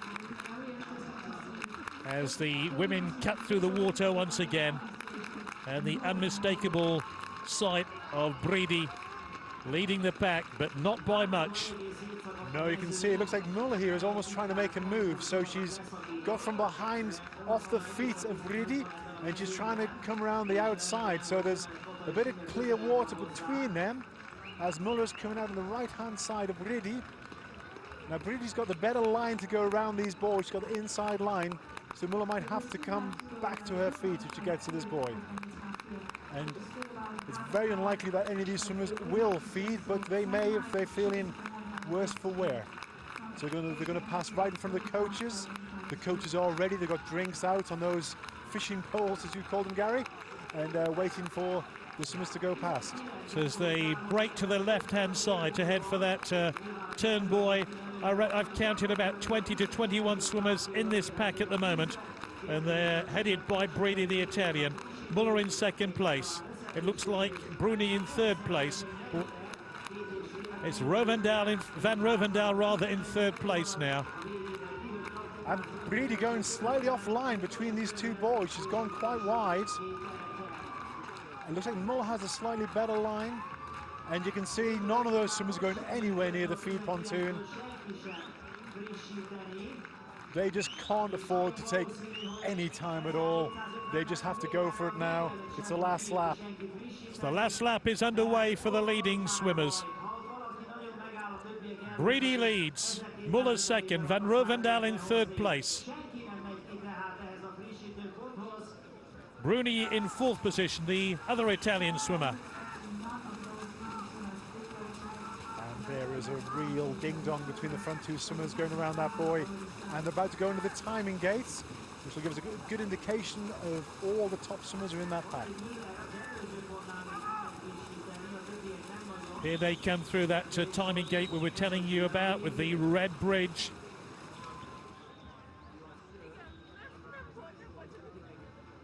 Brady leads, Muller second, Van Rovendal third, Bruni fourth, Twitchell fifth, sixth is Kunya of Brazil, seventh is Gubeka, and Olas in eighth position, ninth Casilio from France. Then it's Haley Anderson in 10th position, Vunram 11th, Aravalo in 12th position, 13th is Daniela Huskisson from Great Britain, Yan of China in 14th position, and Krapavina of Russia back in 15th place.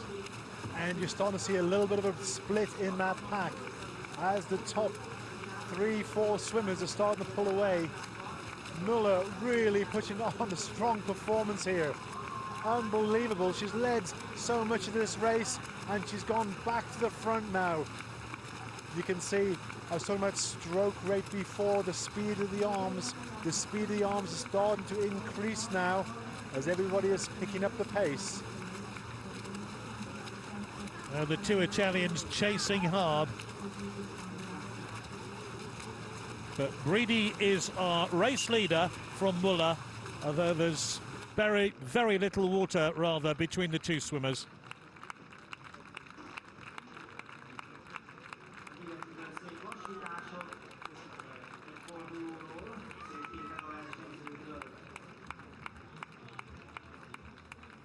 Nice close-up of the Italian swimmer, Arianna Brady. Look how difficult it is to navigate that turn buoy.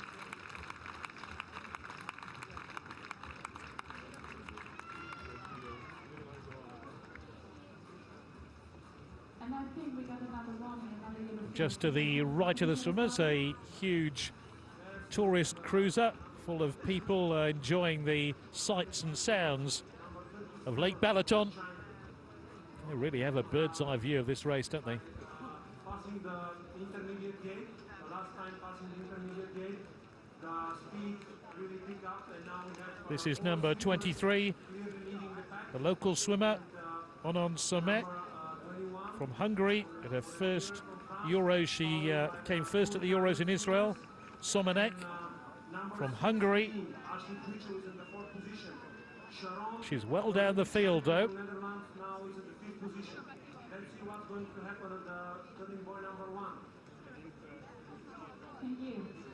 So from that timing gate, we've got 1 kilometre now before the next turning gate. So it's a chance for the good swimmers to really put in some power. What they're trying to do now is they're trying to lose as many swimmers as they can. About 20-25 minutes left of the race. It's always difficult to say exactly what the winning time is, but it'll be just under 2 hours.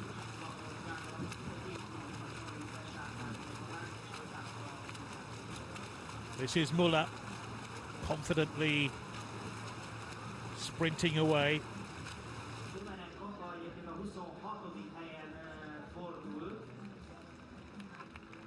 Just waiting for confirmation that Suyu Yan from China has got a yellow flag. That would be both Chinese swimmers yellow flagged. In the blue cap in 4th place, it's Twitchell of the USA. beginning to make her move.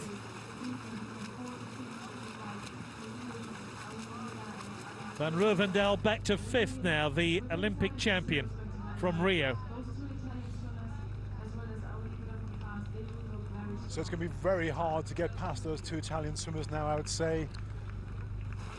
Still a long way to go, but they're looking good. They've made the move. And Muller out in front as well. So we've got 3 great swimmers. 1, 2, 3.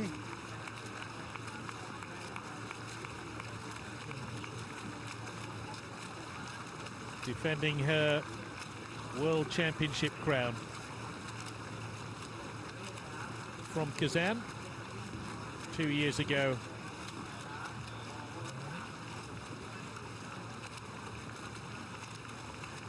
Of course, very different circumstances in Kazan, where the open water swimming was right at the heart of the city. We're 130 kilometers southwest of Budapest at Lake Balaton here on a glorious summer's afternoon, or morning rather. 11:30, don't quite got to the midday point.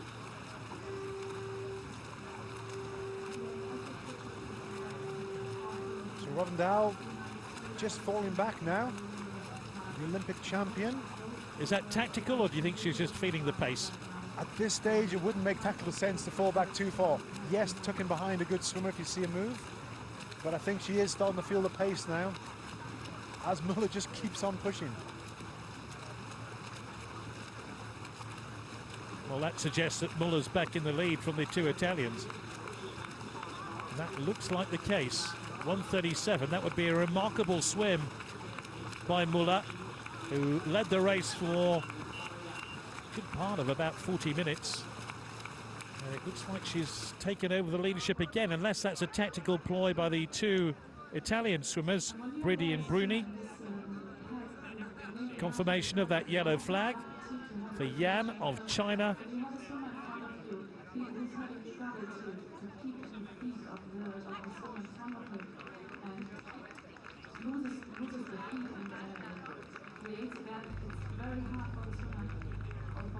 Interesting shot there. As you can see, the pack has just been broken apart now.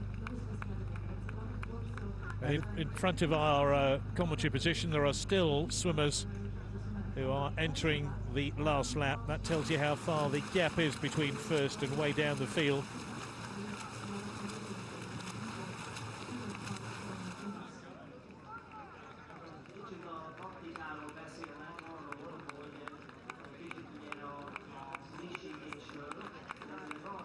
Mexican swimmer.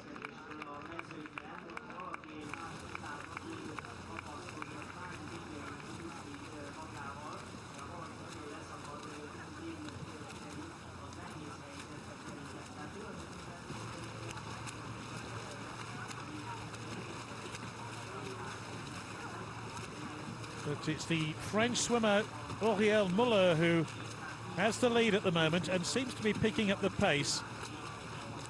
But she can't chase Bridi right now. Bridi is right on her toes. She's not giving her any free water at all. She's right behind and ready to pounce.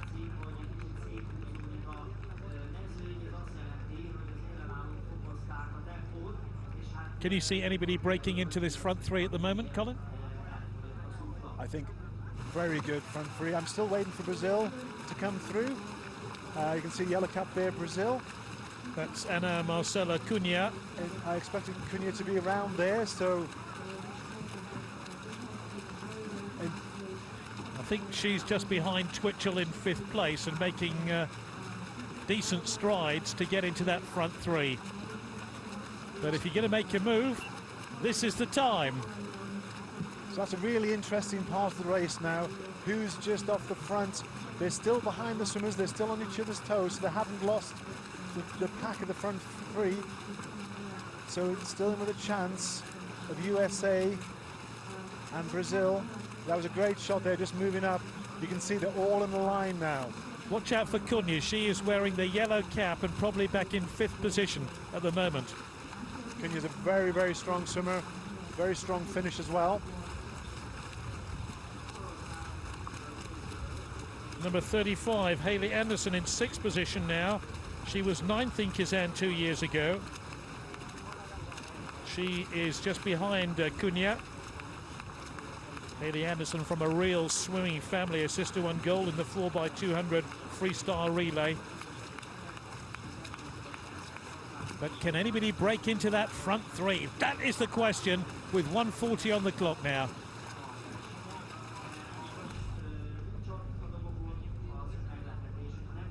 Muller leads. Breedy and Bruni in second and third positions.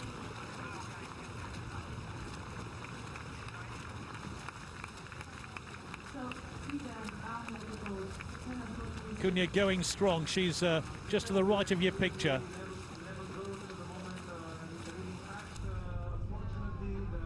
That yellow cap is moving ominously up the field all the time. It's hard to see with all the white water, but she could be into fourth position. Right at the centre of your picture, hat bobbing up and down in the swell.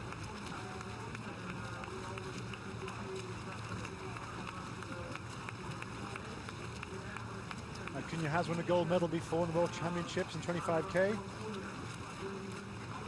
She did wanted me to mention her dog Sophie during the race. I think she's in fourth position now, isn't she? She's coming through as well. Very, very strong swimmer. So Anna Marcela Kunya making the most of her chance now. There she is, just to the right of the screen. Very confident stroke. And she's catching the two Italians, but still some distance to make up on the French swimmer, Auriel Muller. You can see what happened there. She got onto her toes, and then she immediately started to go past the other swimmer. So she's very aware that you can't leave it too long to be in contention for the top three places. Turn buoy already in sight.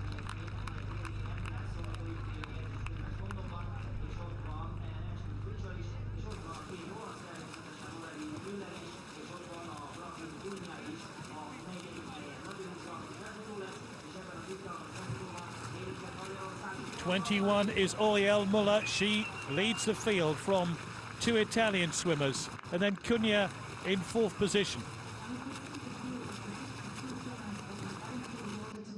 Very much spread out. They just had the last going around here As they head for a turn buoy on the last lap. Muller turns first, and the Italian swimmer, I think it's Breedy, just cut a little bit of a tight rein on that turn. Bruni in second place, only 3 seconds behind Muller. And the silver cap of Ecuador there. Aravala, who's a very, very good swimmer. She was brought up in a long way from Ecuador, but I think she could come into the top 5. That was her goal for the race. She was 9th in Rio, so certainly got the experience.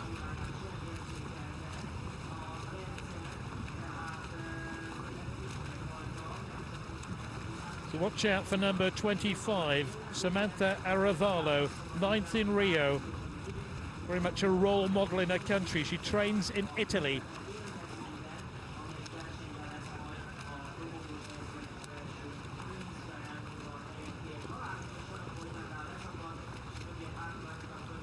Angela Maurer also making her move as well, 4th in Beijing 9 years ago. She's 42 years old next week, the veteran of the race.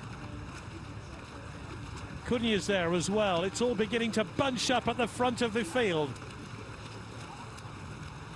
Kunya and Maurer just about together. But Muller still leads.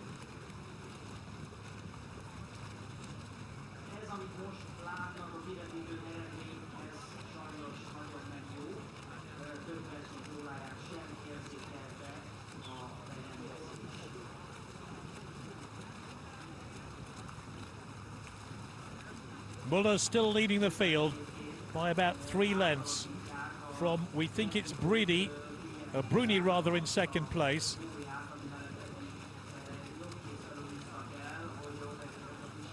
And the chase pack is starting to catch up, which means we're going to have more swimmers in contention as we hit the home straight. So stand by for a very exciting finish to the women's 10K race, because all the swimmers who are back in the pack now beginning to challenge the front swimmers. But they haven't caught her yet. Oriel Muller out in front. She must feel she's in with an outstanding chance of taking gold. As she comes in front of the feed station. No time to feed, though. She has gold on her mind. Yeah, the coaches aren't even holding out the feed poles. They know there's no time to stop. And it looks like Kunya is right up there as well in the yellow cap, right in the centre of your picture. Fighting through, I can see Ecuador there.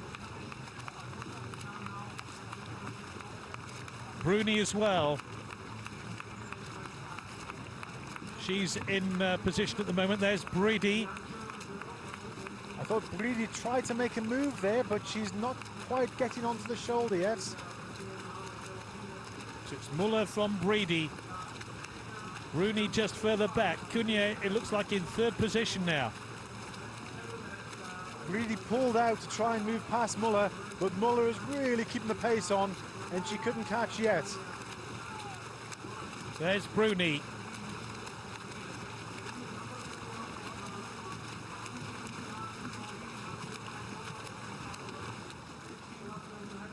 Muller's starting to get a bit of clear water now. She's been pushing so hard. She's led for so long in this race. And she's still going. And about 10 minutes of the race still to go. 10 minutes for Muller to hang on to her slender advantage, if she can. And some very determined swimmers right behind her, determined to deny her the gold medal.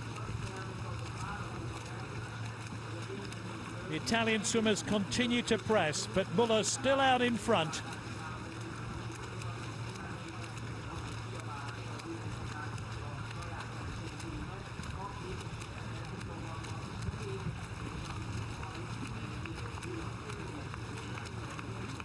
FINA Vunram still in contention, just behind Kunya. Kunya fourth. Vunram in fifth position.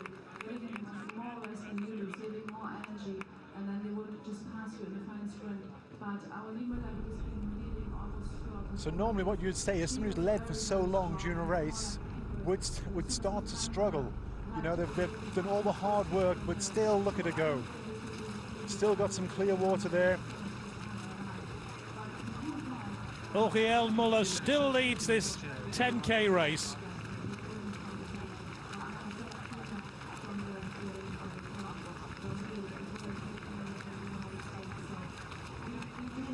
It could well be Bruni in second place. We're still waiting for confirmation of that, because there's two Italian swimmers in with a chance of a medal. As it go around this turning buoy. And oh, one of the swimmers went under it. One of the Italian swimmers did go a bit close there, but came out swimming okay. So Bruni in second place, Kunya third, Bruni fourth, fifth Anderson, Gubeka sixth. It's really heating up here.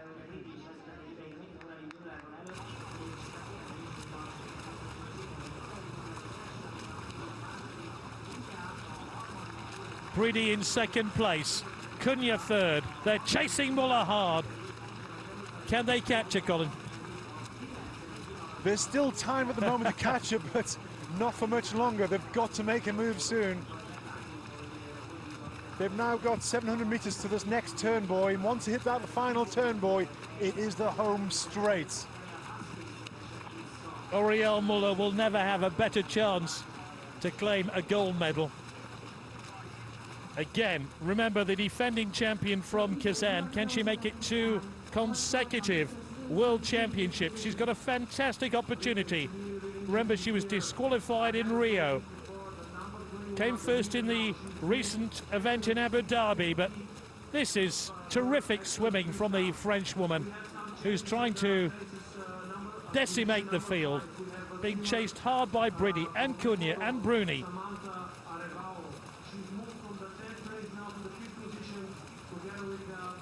There's still quite a big pack there. We're looking at about 10 swimmers in that front pack, but it's quite stretched out. They're not on each other's shoulders. The pace at the front is really dictating that. Just keeping the swimmers at bay at the moment. And after Kunya comes Krapavina, who's made a significant move, the Russian swimmer who came 5th in Kazan 2 years ago.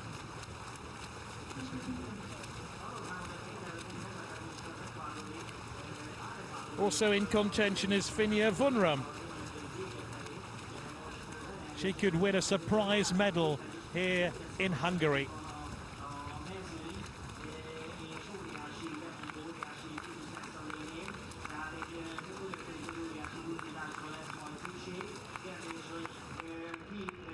And the silver cap belongs to Fatima Flores. In fact, it's Samantha Arevalo in the silver cap. From Ecuador. But Oriel Muller still in the lead. Watch out for Kunya in that yellow cap in the centre of that chasing pack. We could well have a sprint finish here in the last 100 metres, couldn't we? You often have a photo finish at these races. After 10 kilometres, it's incredible that it comes down to photo finish.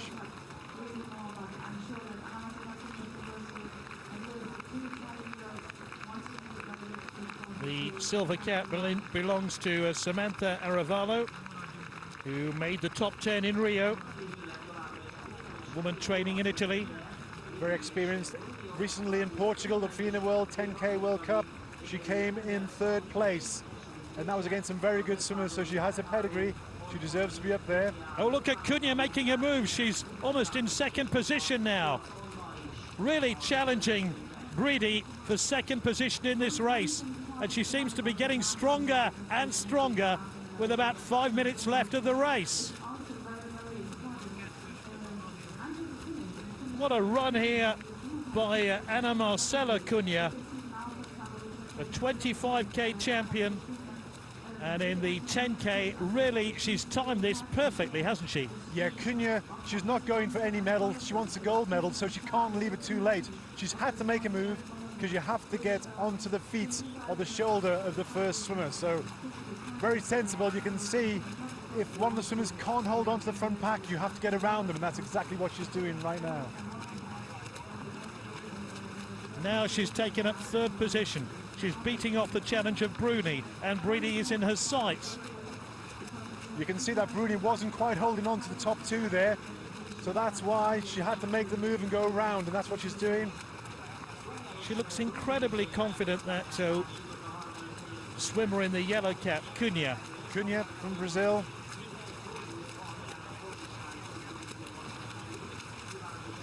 She came 3rd in Kazan, doesn't want another bronze medal on her trophy cabinet back home in Brazil. She still has quite a lot of water to make up. Is it too much at this stage? It's looking more and more likely for Muller. She's actually got some more clear water. She's moved to the side slightly.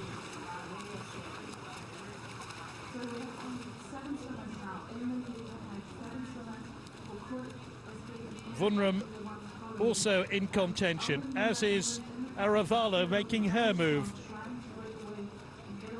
just behind Kunya.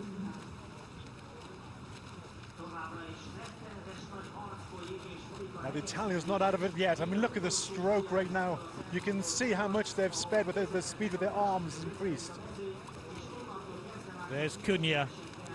Still 4 seconds to make up on Bruni. Nearly 5. Now when they get to the next yellow buoy, they're going to be 240 meters from the finish. Can anybody overtake Oriel Muller, who's led for a significant part of this race, as we come to the climax of the women's 10k race from Lake Balaton in Hungary at the 17th FINA World Championships. This is the climax of the race. Out in front, Oriel Muller from France, the defending world champion from Kazan 2 years ago. In second place, Arianna Bridi from Italy, up-and-coming swimmer, fourth in Setúbal, who's training in the USA. And a huge fight for the bronze medal, and leading that fight is Ana Marcela Kunya from Brazil in the yellow cap. Almost coming into view from our commentary position as we peer to our left-hand side. About 400 meters still to go. Muller still the leader, and look at the lead now. It's going to be a huge task to overhaul her and deny her the gold medal. Once she gets around that last turning buoy, she's going to have the finish in her sights, and it's going to be tough to get past. An incredible race leading from the front for most of it.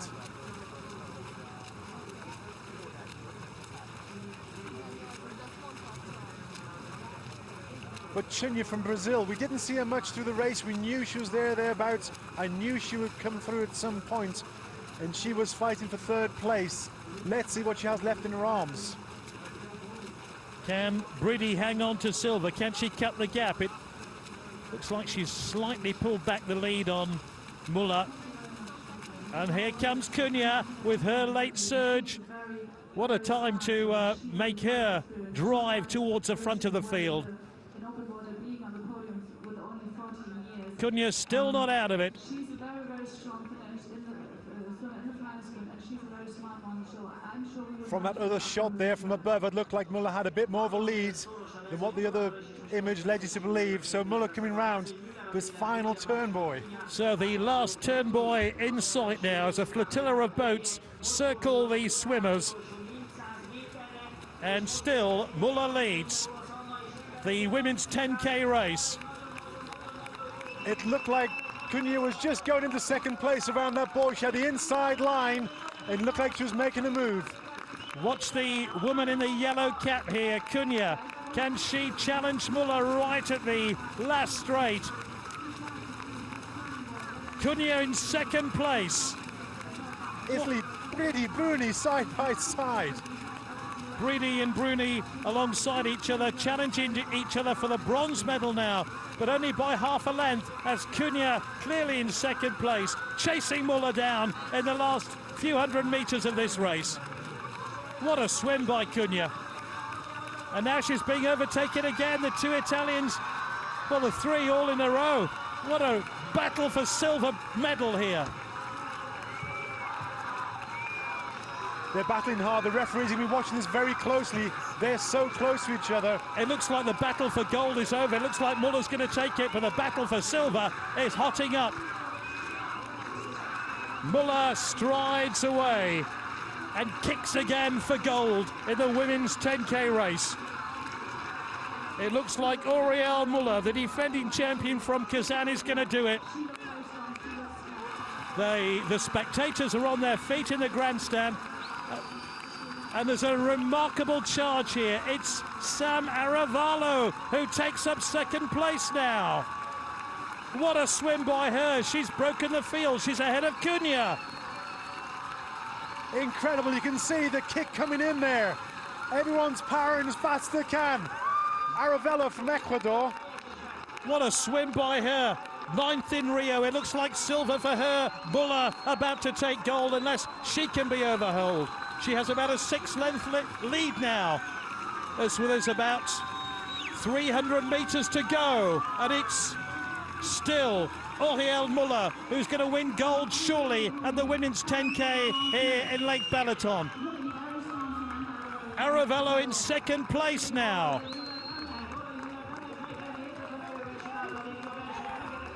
Bridi in third position. Bridi, it looks like, is going to take bronze, but it's a heck of a fight for that bronze medal because Kunya's going again. Two Italians and Kunya all in a row for the bronze. Here they come, last 25 meters to go. It's going to be gold for Auriel Muller, the defending champion. Kunya still in the lead for the bronze medal, but no mistaking the gold medal winner, for the second time.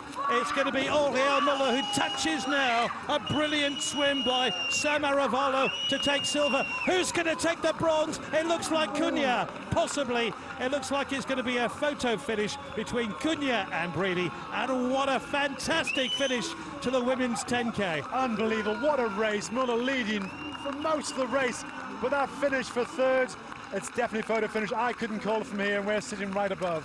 I thought it was Kunya. I saw a hand go up the quickest, but still to be decided. Photo finish, Breedy or Kunya, we don't know. Well, what a showcase for this sport. Look at Muller celebrating. She really is on top of the world. Kazan world champion, now Hungarian world champion as well. And what a great race from Ecuador. Coming through on the home straight. Sam Aravalo, 9th in Rio.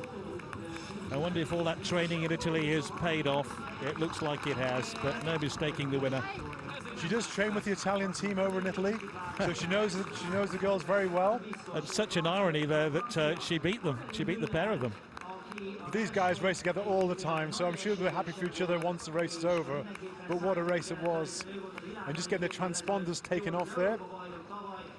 So confirmation, it's going to be Auriel Muller who takes her second World Championship crown, with Sam Aravalo from Ecuador taking the silver. Still to be decided, a photo finish between Ariana Breedy and Ana Marcela Kunya from Brazil.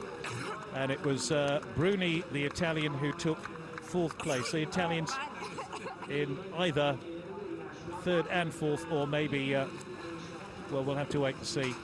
Maybe they both missed out on medals. Wunram finished in 6th position. There's a photo finish between Hayley Anderson. Possible photo finish for Hayley Anderson.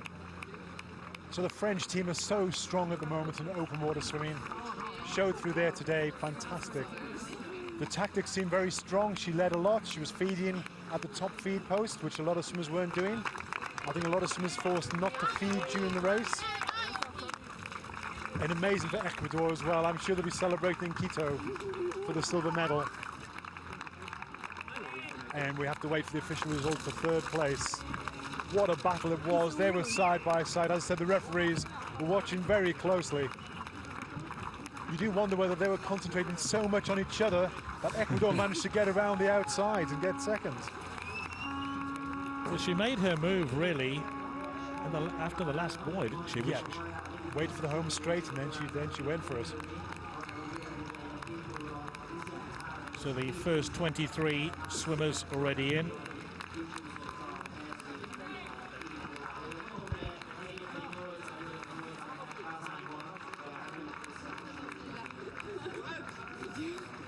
Muller all smiles, and why not? I mean, the most noteworthy thing about her race, Kunya being congratulated incidentally, the most noteworthy thing about the race for Muller is she was in front for a long period of time, and that's a really tiring place to take the race on. Do you know what would have been heartbreaking if she didn't get a medal after all that work? And she took the lead a few times, she dropped back, she jumped on people's feet, but then obviously she wanted to be out in front. She kept battling to get into the 1st place. That's where she wants to be.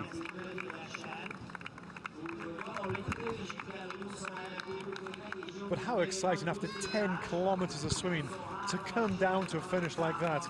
It really was the home straight where everyone really made their move. Muller had the speed, she stayed out in front.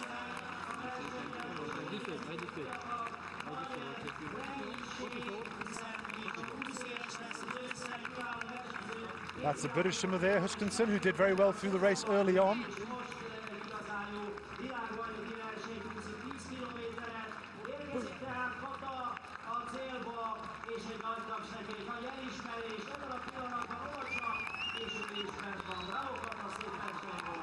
Boom! She hits that gate.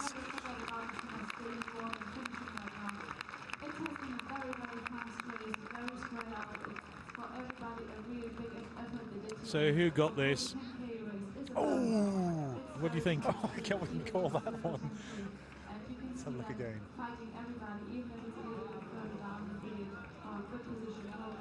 Possibly Breedy, possibly. And what happens now is the referees, they go and they review the footage over and over again from different angles. They have different cameras on the finish gates. How long will it take to sort out that photo finish for third? Well, some of the referees are still watching some of the swimmers come in. So as soon as they can, we'll probably get the chief referee over there to have a look and review the footage. And we have Jean-Paul from France, who's the chief referee today, assisted by Bill Ford.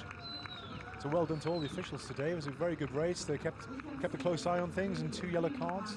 Could it prove to be a dead heat between the 2 swimmers for third? It has happened before. And oh, I mean, it looked like one of the palms reached first, and the other one's fingertips reached first. But you were saying to me yesterday, Colin, that sometimes the hand doesn't actually have to touch as such. It can be within a few centimetres of that touch point. That's for the finish time. So the actual finish time often picks up before they touch. But to get the place, they're looking for when the hand actually touches that board.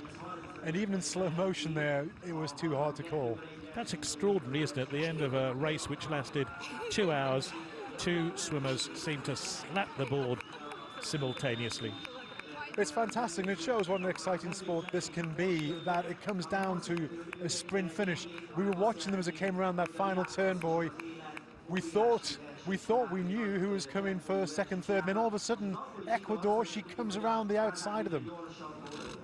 Interestingly, we're now hitting some of the back of the field, but we've only had 30 swimmers back out of 62, which kind of brings home the point you were making. There's been a huge split in the field. Yeah, there was some real quality in that field, and there were a lot of up-and-coming swimmers, not only swimmers, but a lot of up-and-coming countries who really just starting to get into this sport now and find their feet. So this is great experience for all those swimmers. We're looking down below us. We've got swimmers just finishing now. Argentina just come in. Yeah, so the likes of Kulik and Arno and Angelica Maria from Portugal just finishing off their race. But we're talking about 7 minutes back from the winning time. And huge congratulations there for the winner, gold medalist. And I reckon she'll have a gold medal once again around her neck in about 15 to 20 minutes time. Of course, out of courtesy of the rest of the swimmers, we have to wait for the race to finish before there'll be any protests. If there are to be any protests, then the official ceremony can be contemplated. There'll be doping control. There'll be a mixed zone where the journalists can talk to the winning swimmers. So there's going to be a bit of a delay. Benesova just coming in from the Czech Republic.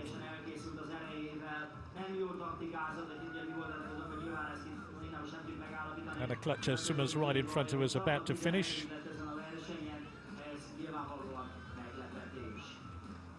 I love Muller's finish, the way she hit that board at the end, just pure joy.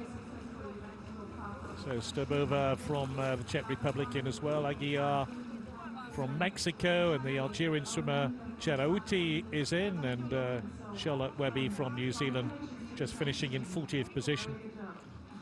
And that was Portugal's swimmer, Maria.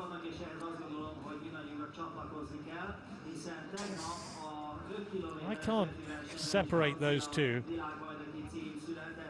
And you know, there's a bit of me that just wants Kunya to win, because she swam a fantastic last quarter to that race, didn't she? She just kept getting stronger and stronger.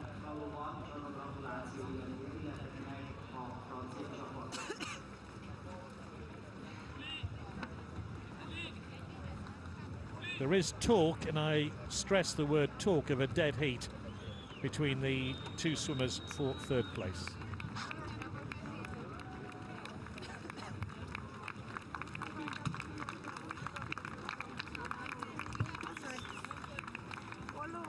So they can't separate at the moment. Ariana Bridi and Anna Marcela Kunya. One of them will get a bronze medal. The other will get a whole heap of heartache. 7 here is Daria Kulik, who's just finished from Siberia. A bit cooler than that normally in Siberia than it is here today. Our referee one, Jorge Delgado, is from Ecuador. I'm sure he's going to be very happy at the results when he gets off the water.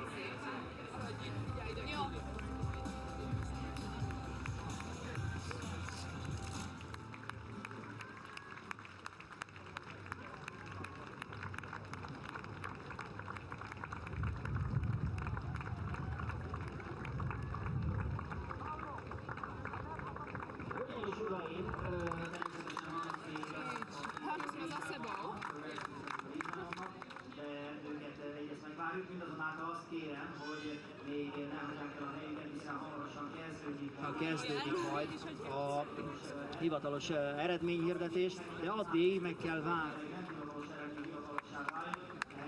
It looks like the official result is a dead heat between Brady and Kunya for third position. That's the way it looks at the moment on our statistics monitor. We'll try and confirm that at the moment, but at the moment it looks like Muller takes gold, Aravalo takes silver, and a dead heat for bronze.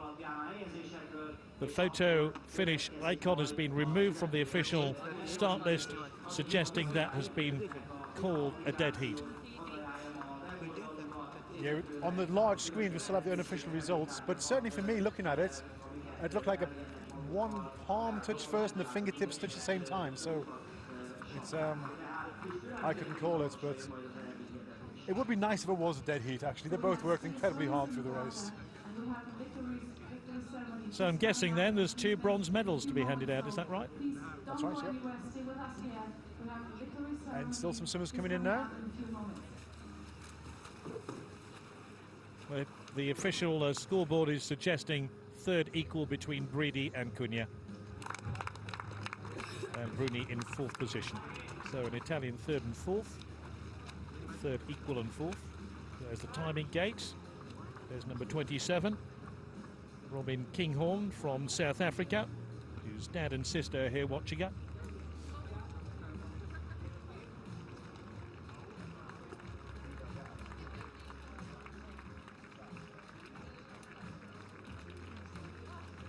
So technically, Bruni would be given 5th place because there's joint 3rd.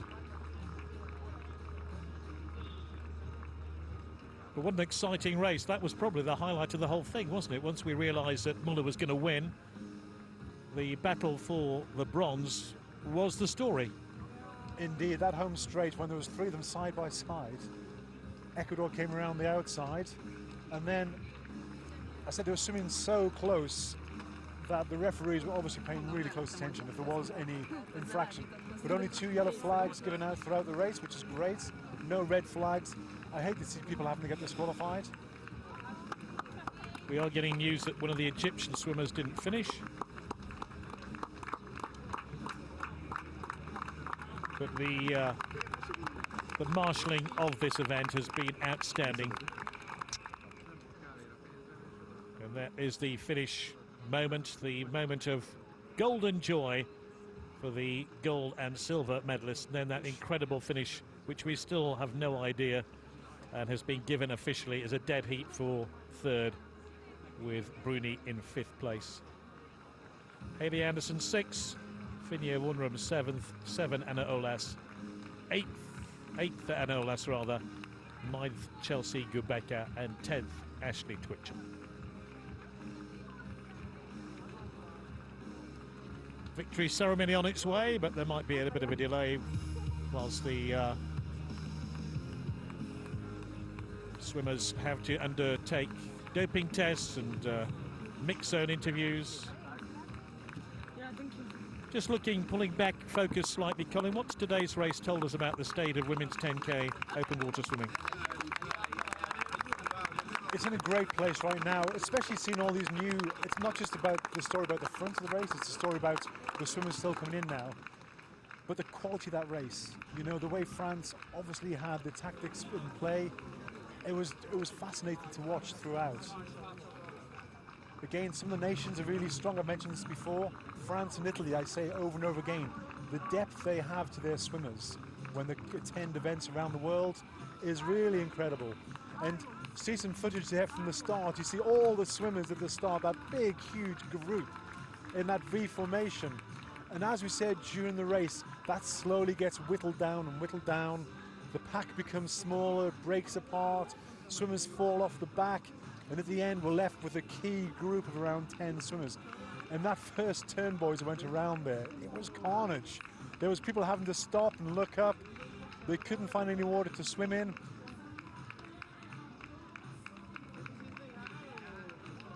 Look at that. Again, people just trying to swim around there. But it's such a hard event, 10 kilometers, going at such a hard pace the whole time. What does it say about the strength of French open water swimming at the moment, bearing in mind yesterday and today? Yeah, the French have always been good at aquatic sports, so at swimming generally in the pool, they always do very well, and that's now translating to the open water. I've been to some race before where the French bring along their team. In Abu Dhabi, they brought their team along for qualifying events, and the number of swimmers they had there, the quality was immense. So I think that's it. It's not just having one or two good swimmers from your country, it's developing the swimmers so you have a large number to draw from, and it makes it more competitive in their championships. But the French have got to be happy, you know, with two results like that. And just showing some from Hong Kong, and still swimmers finishing now.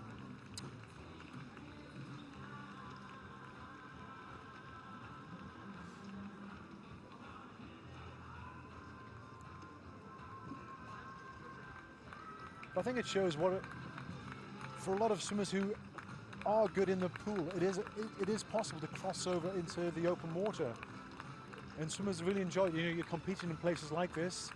It's a beautiful location, and it's a chance to showcase the sport off so well.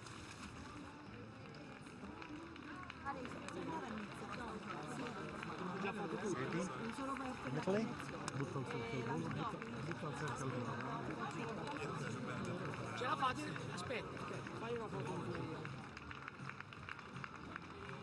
Still stragglers coming in.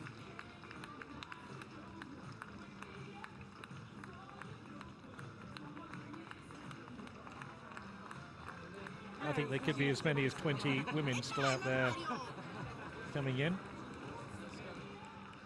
That just tells you the quality of the field. Well, that's the closest you're ever going to see to synchronized swimming in open water swimming, surely. The two women raised their arms simultaneously, and the board got a double slap instead of a single one.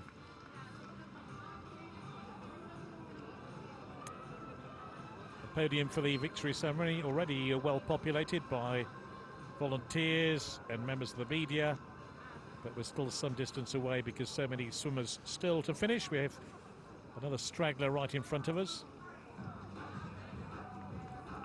So the water temperature today was 22, but you see, looking at that again, I do think that they touched the same time, because one was fingertips and one was palm. Well, you have better eyesight than me, Colin. I can't see any difference at all. I thought perhaps the Italian swimmer just got there first, but I don't know. And as you say, in the spirit of sportsmanship or sportswomanship in this particular case, it would have been desperately unlucky for one of those two swimmers to be denied. So maybe it was best overall, but the result was a dead heat for third between Bridie and Kunya. After Muller leading for so long, I think Bridie was the next one who was trying to take on the pace, constantly challenging Muller throughout. So Bridie really did, you know, try incredibly hard to get to the front, but at the end, that final sprint, Muller was just so strong. And you think how many kilometers these swimmers do a week. They can do between 80 and 100 kilometers a week in training. Wow. In the pool, quite easily.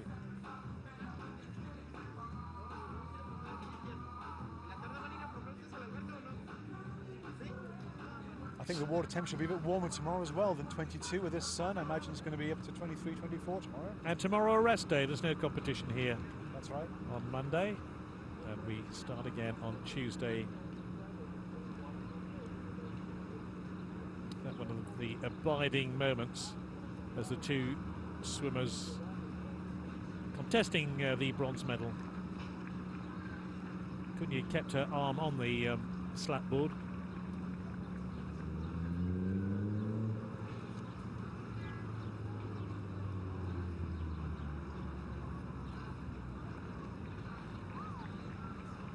Have you ever seen a finish like that? I have seen some very close finishes over the years, but that's one which I see it again and again, and I still can't work out who finished first. We have a bit of cloud cover over Lake Balaton. It certainly wasn't like that first thing this morning, but it's a lovely day here as we wait for the back of the field to finish their 10K swims.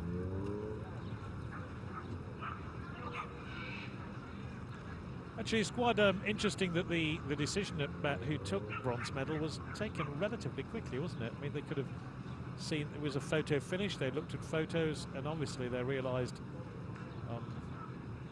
there was nothing in it. I think now the technology, I'm sure with the mega timing system and the cameras they have, they would have been able to zoom in a lot closer than what we can see on our screens. So the referees would have had multiple angles and obviously zoom to really see exactly where the hand position was. So obviously more information than what we have to work on, which is why they probably came up with the decision so quick. Do we take any relevance at all from the time? The winning time, 2 minutes 13.70. 2 hours. Yes.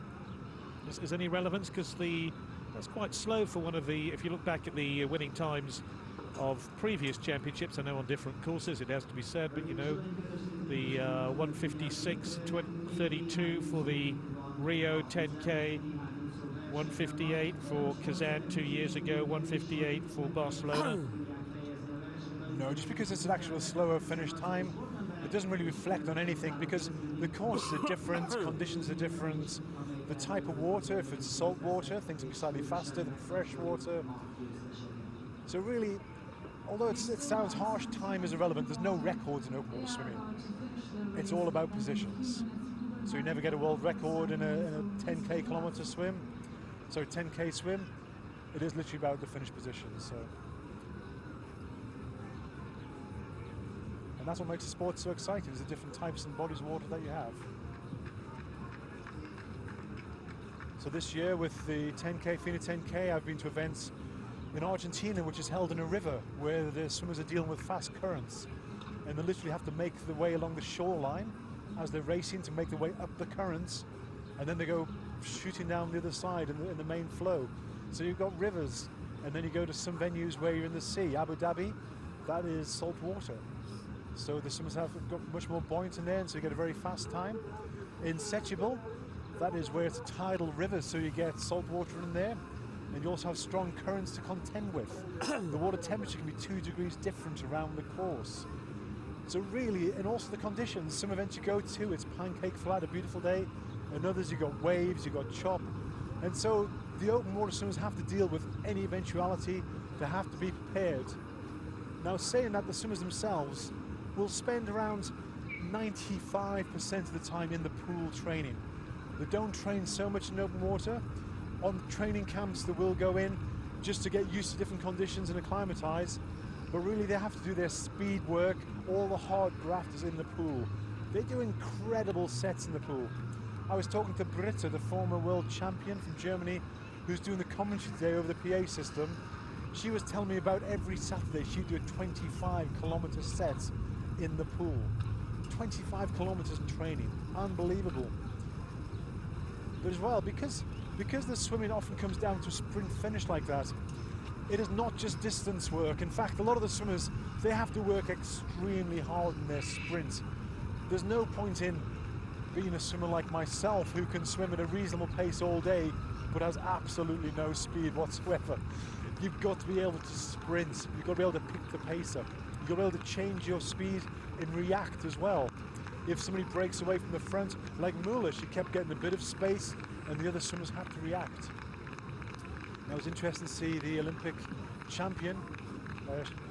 She was in contention for a long way, Ruvendal, and then she just fell off the pace at the end. But you've got to be you've got to be a jack of all trades in open water. You've got to deal with different conditions, but more and more you have to be able to sprint.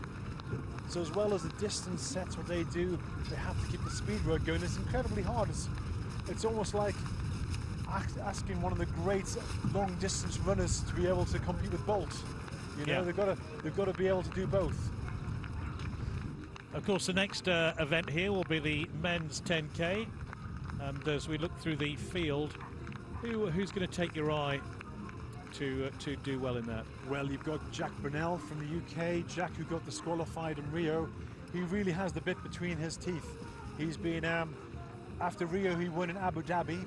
So he has come through with that one. And going through the list there, again, you're looking at countries as well. We've got Chad Ho from South Africa. He was the world champion in 5K. He didn't make it this time, but Chad Ho is back in the events. Caleb Hughes from Team GB. He did very well in some races. He's been doing very well for the first half of races, often leading. I know that his coach is trying to get him not to go to the front quite so often. But again, another swimmer who may come through. We might see him in amongst Team USA, always very good. We have Jordan from Team USA. I've seen him compete before, a very strong swimmer. Ferry Vertman, now Olympic gold medalist. So again, another Olympic gold medalist here. It's great to see these swimmers continue after the Olympics. They've continued on, and Ferry, gold medalist, what can you say? I expect to see him. I hope he competed for top 3 as well. We'll see him in the pack as well. We've got some the Hungarian, Rozowski. Now Rozowski was doing very well in the 5K. We did think he might have medalled in the 5K. He was up in the top 1-2 for a lot of the race. Unfortunately, he slipped down just before the end. Richard Weinberger, Olympic medalist from London 2012. Richard is a great character in the sport, and he always gives it everything he's got. He's competed in 25Ks before as well. He's done very well in team relays, so yeah, it'll be interesting to see Richard once again in the World Championships. Brazil. We often talk about countries, not just individual swimmers, because some countries always produce top swimmers. And if somebody from Brazil is here, you know they're top swimmers. Same with Russia, Rozowski, a very good swimmer. Brendan Cassidy from USA. Again, the USA don't send swimmers if they just think they're going to be fillers. They send swimmers because they want them to get medals. Germany, incredibly strong history in open water swimming. Muffles from Germany, he should do very well. Brandl from Austria, I was talking to their coach. Again, they want to get a top 10 finisher. I've mentioned Jack Brunel already, but such a fast swimmer. He's one of those ones where he can be in 5th place at the home straight, and he will go past everybody, and he will come in for a medal place. So, you know, just can't discount him.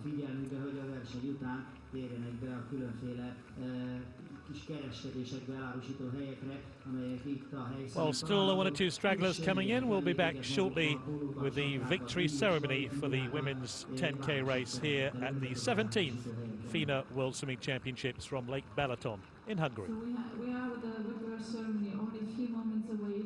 And afterwards, when you're leaving, head to the merchandise booth located on the promenade to purchase official merchandising items, including shirts, hats, and replicas of our mascots, Lily and Lolly.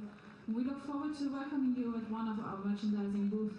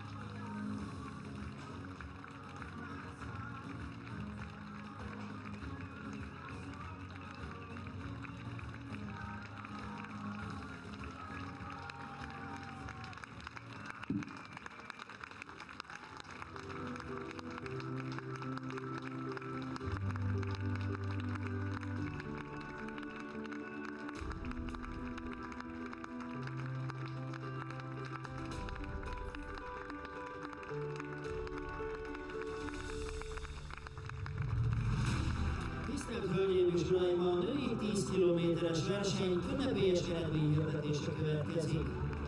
Ladies and gentlemen, the victory ceremony for the women's 10 kilometers. So here is the victory ceremony for the women's 10K open water swimming at the 17th FINA World Championships. Az érmeket átadja a FINA alelnöke. The medals will be presented by FINA Vice President Dr. Dennis Miller. So the FINA Vice President here. A női 10 kilométeres nyílt víziúszás olimpiai bajnoka. And unusually 4 flags for 3 medals. Medalists in the women's open water 10K, Eva Ristoff.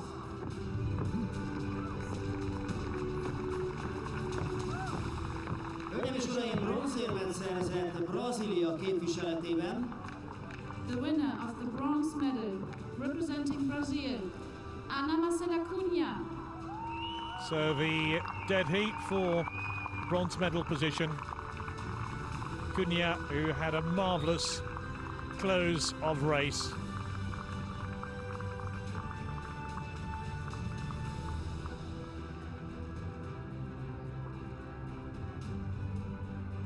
One of the favourites to win. Gets a medal.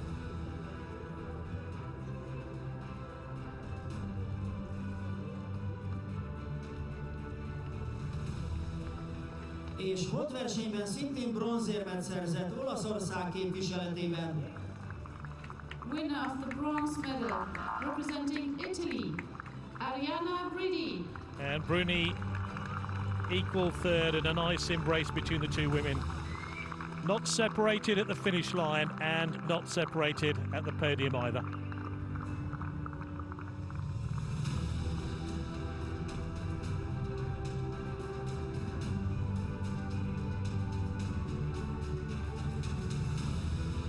I think Brady will be slightly disappointed that she didn't finish higher up, because Kunya came from way behind, didn't she? Yeah, but I think she would have been aware that Junior was around the place. Samantha Arevalo. And what a swim we had for the woman who takes silver, Sam Arevalo from Ecuador. That really was a marvellous last few hundred metres, powered her way through the water, overtook the 2 competing women for bronze medal and snapped up the silver medal. What amazed me was that she actually got some distance on the other 2 swimmers as well. Világbajnok és aranyérmes Franciaország képviseletében. World champion. And world champion for the 2nd successive time with a outstanding swim here at Lake Balaton in Hungary. Auriel Muller from France, champion in Kazan and champion in Hungary at Balaton.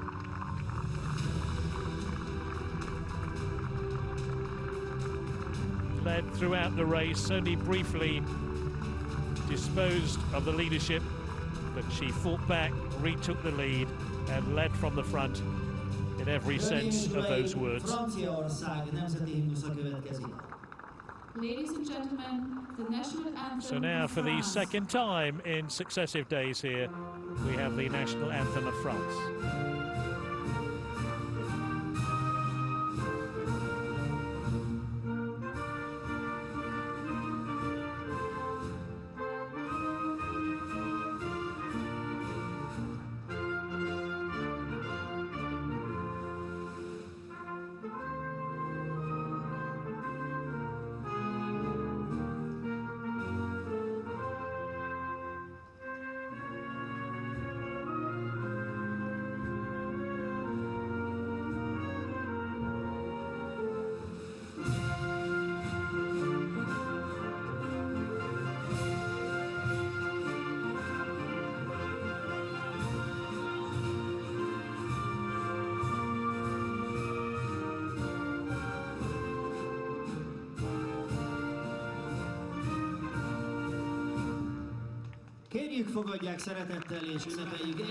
So France dominate the open water swimming. Let's see if they can do so again in the next event. There's a rest day here tomorrow, but we're back with the men's 10K race on Tuesday. Hope you've enjoyed our coverage of the women's 10K, the gold medal winner, Aurielle Muller of France. From Colin Hill and myself, Gary Bloom, it's goodbye.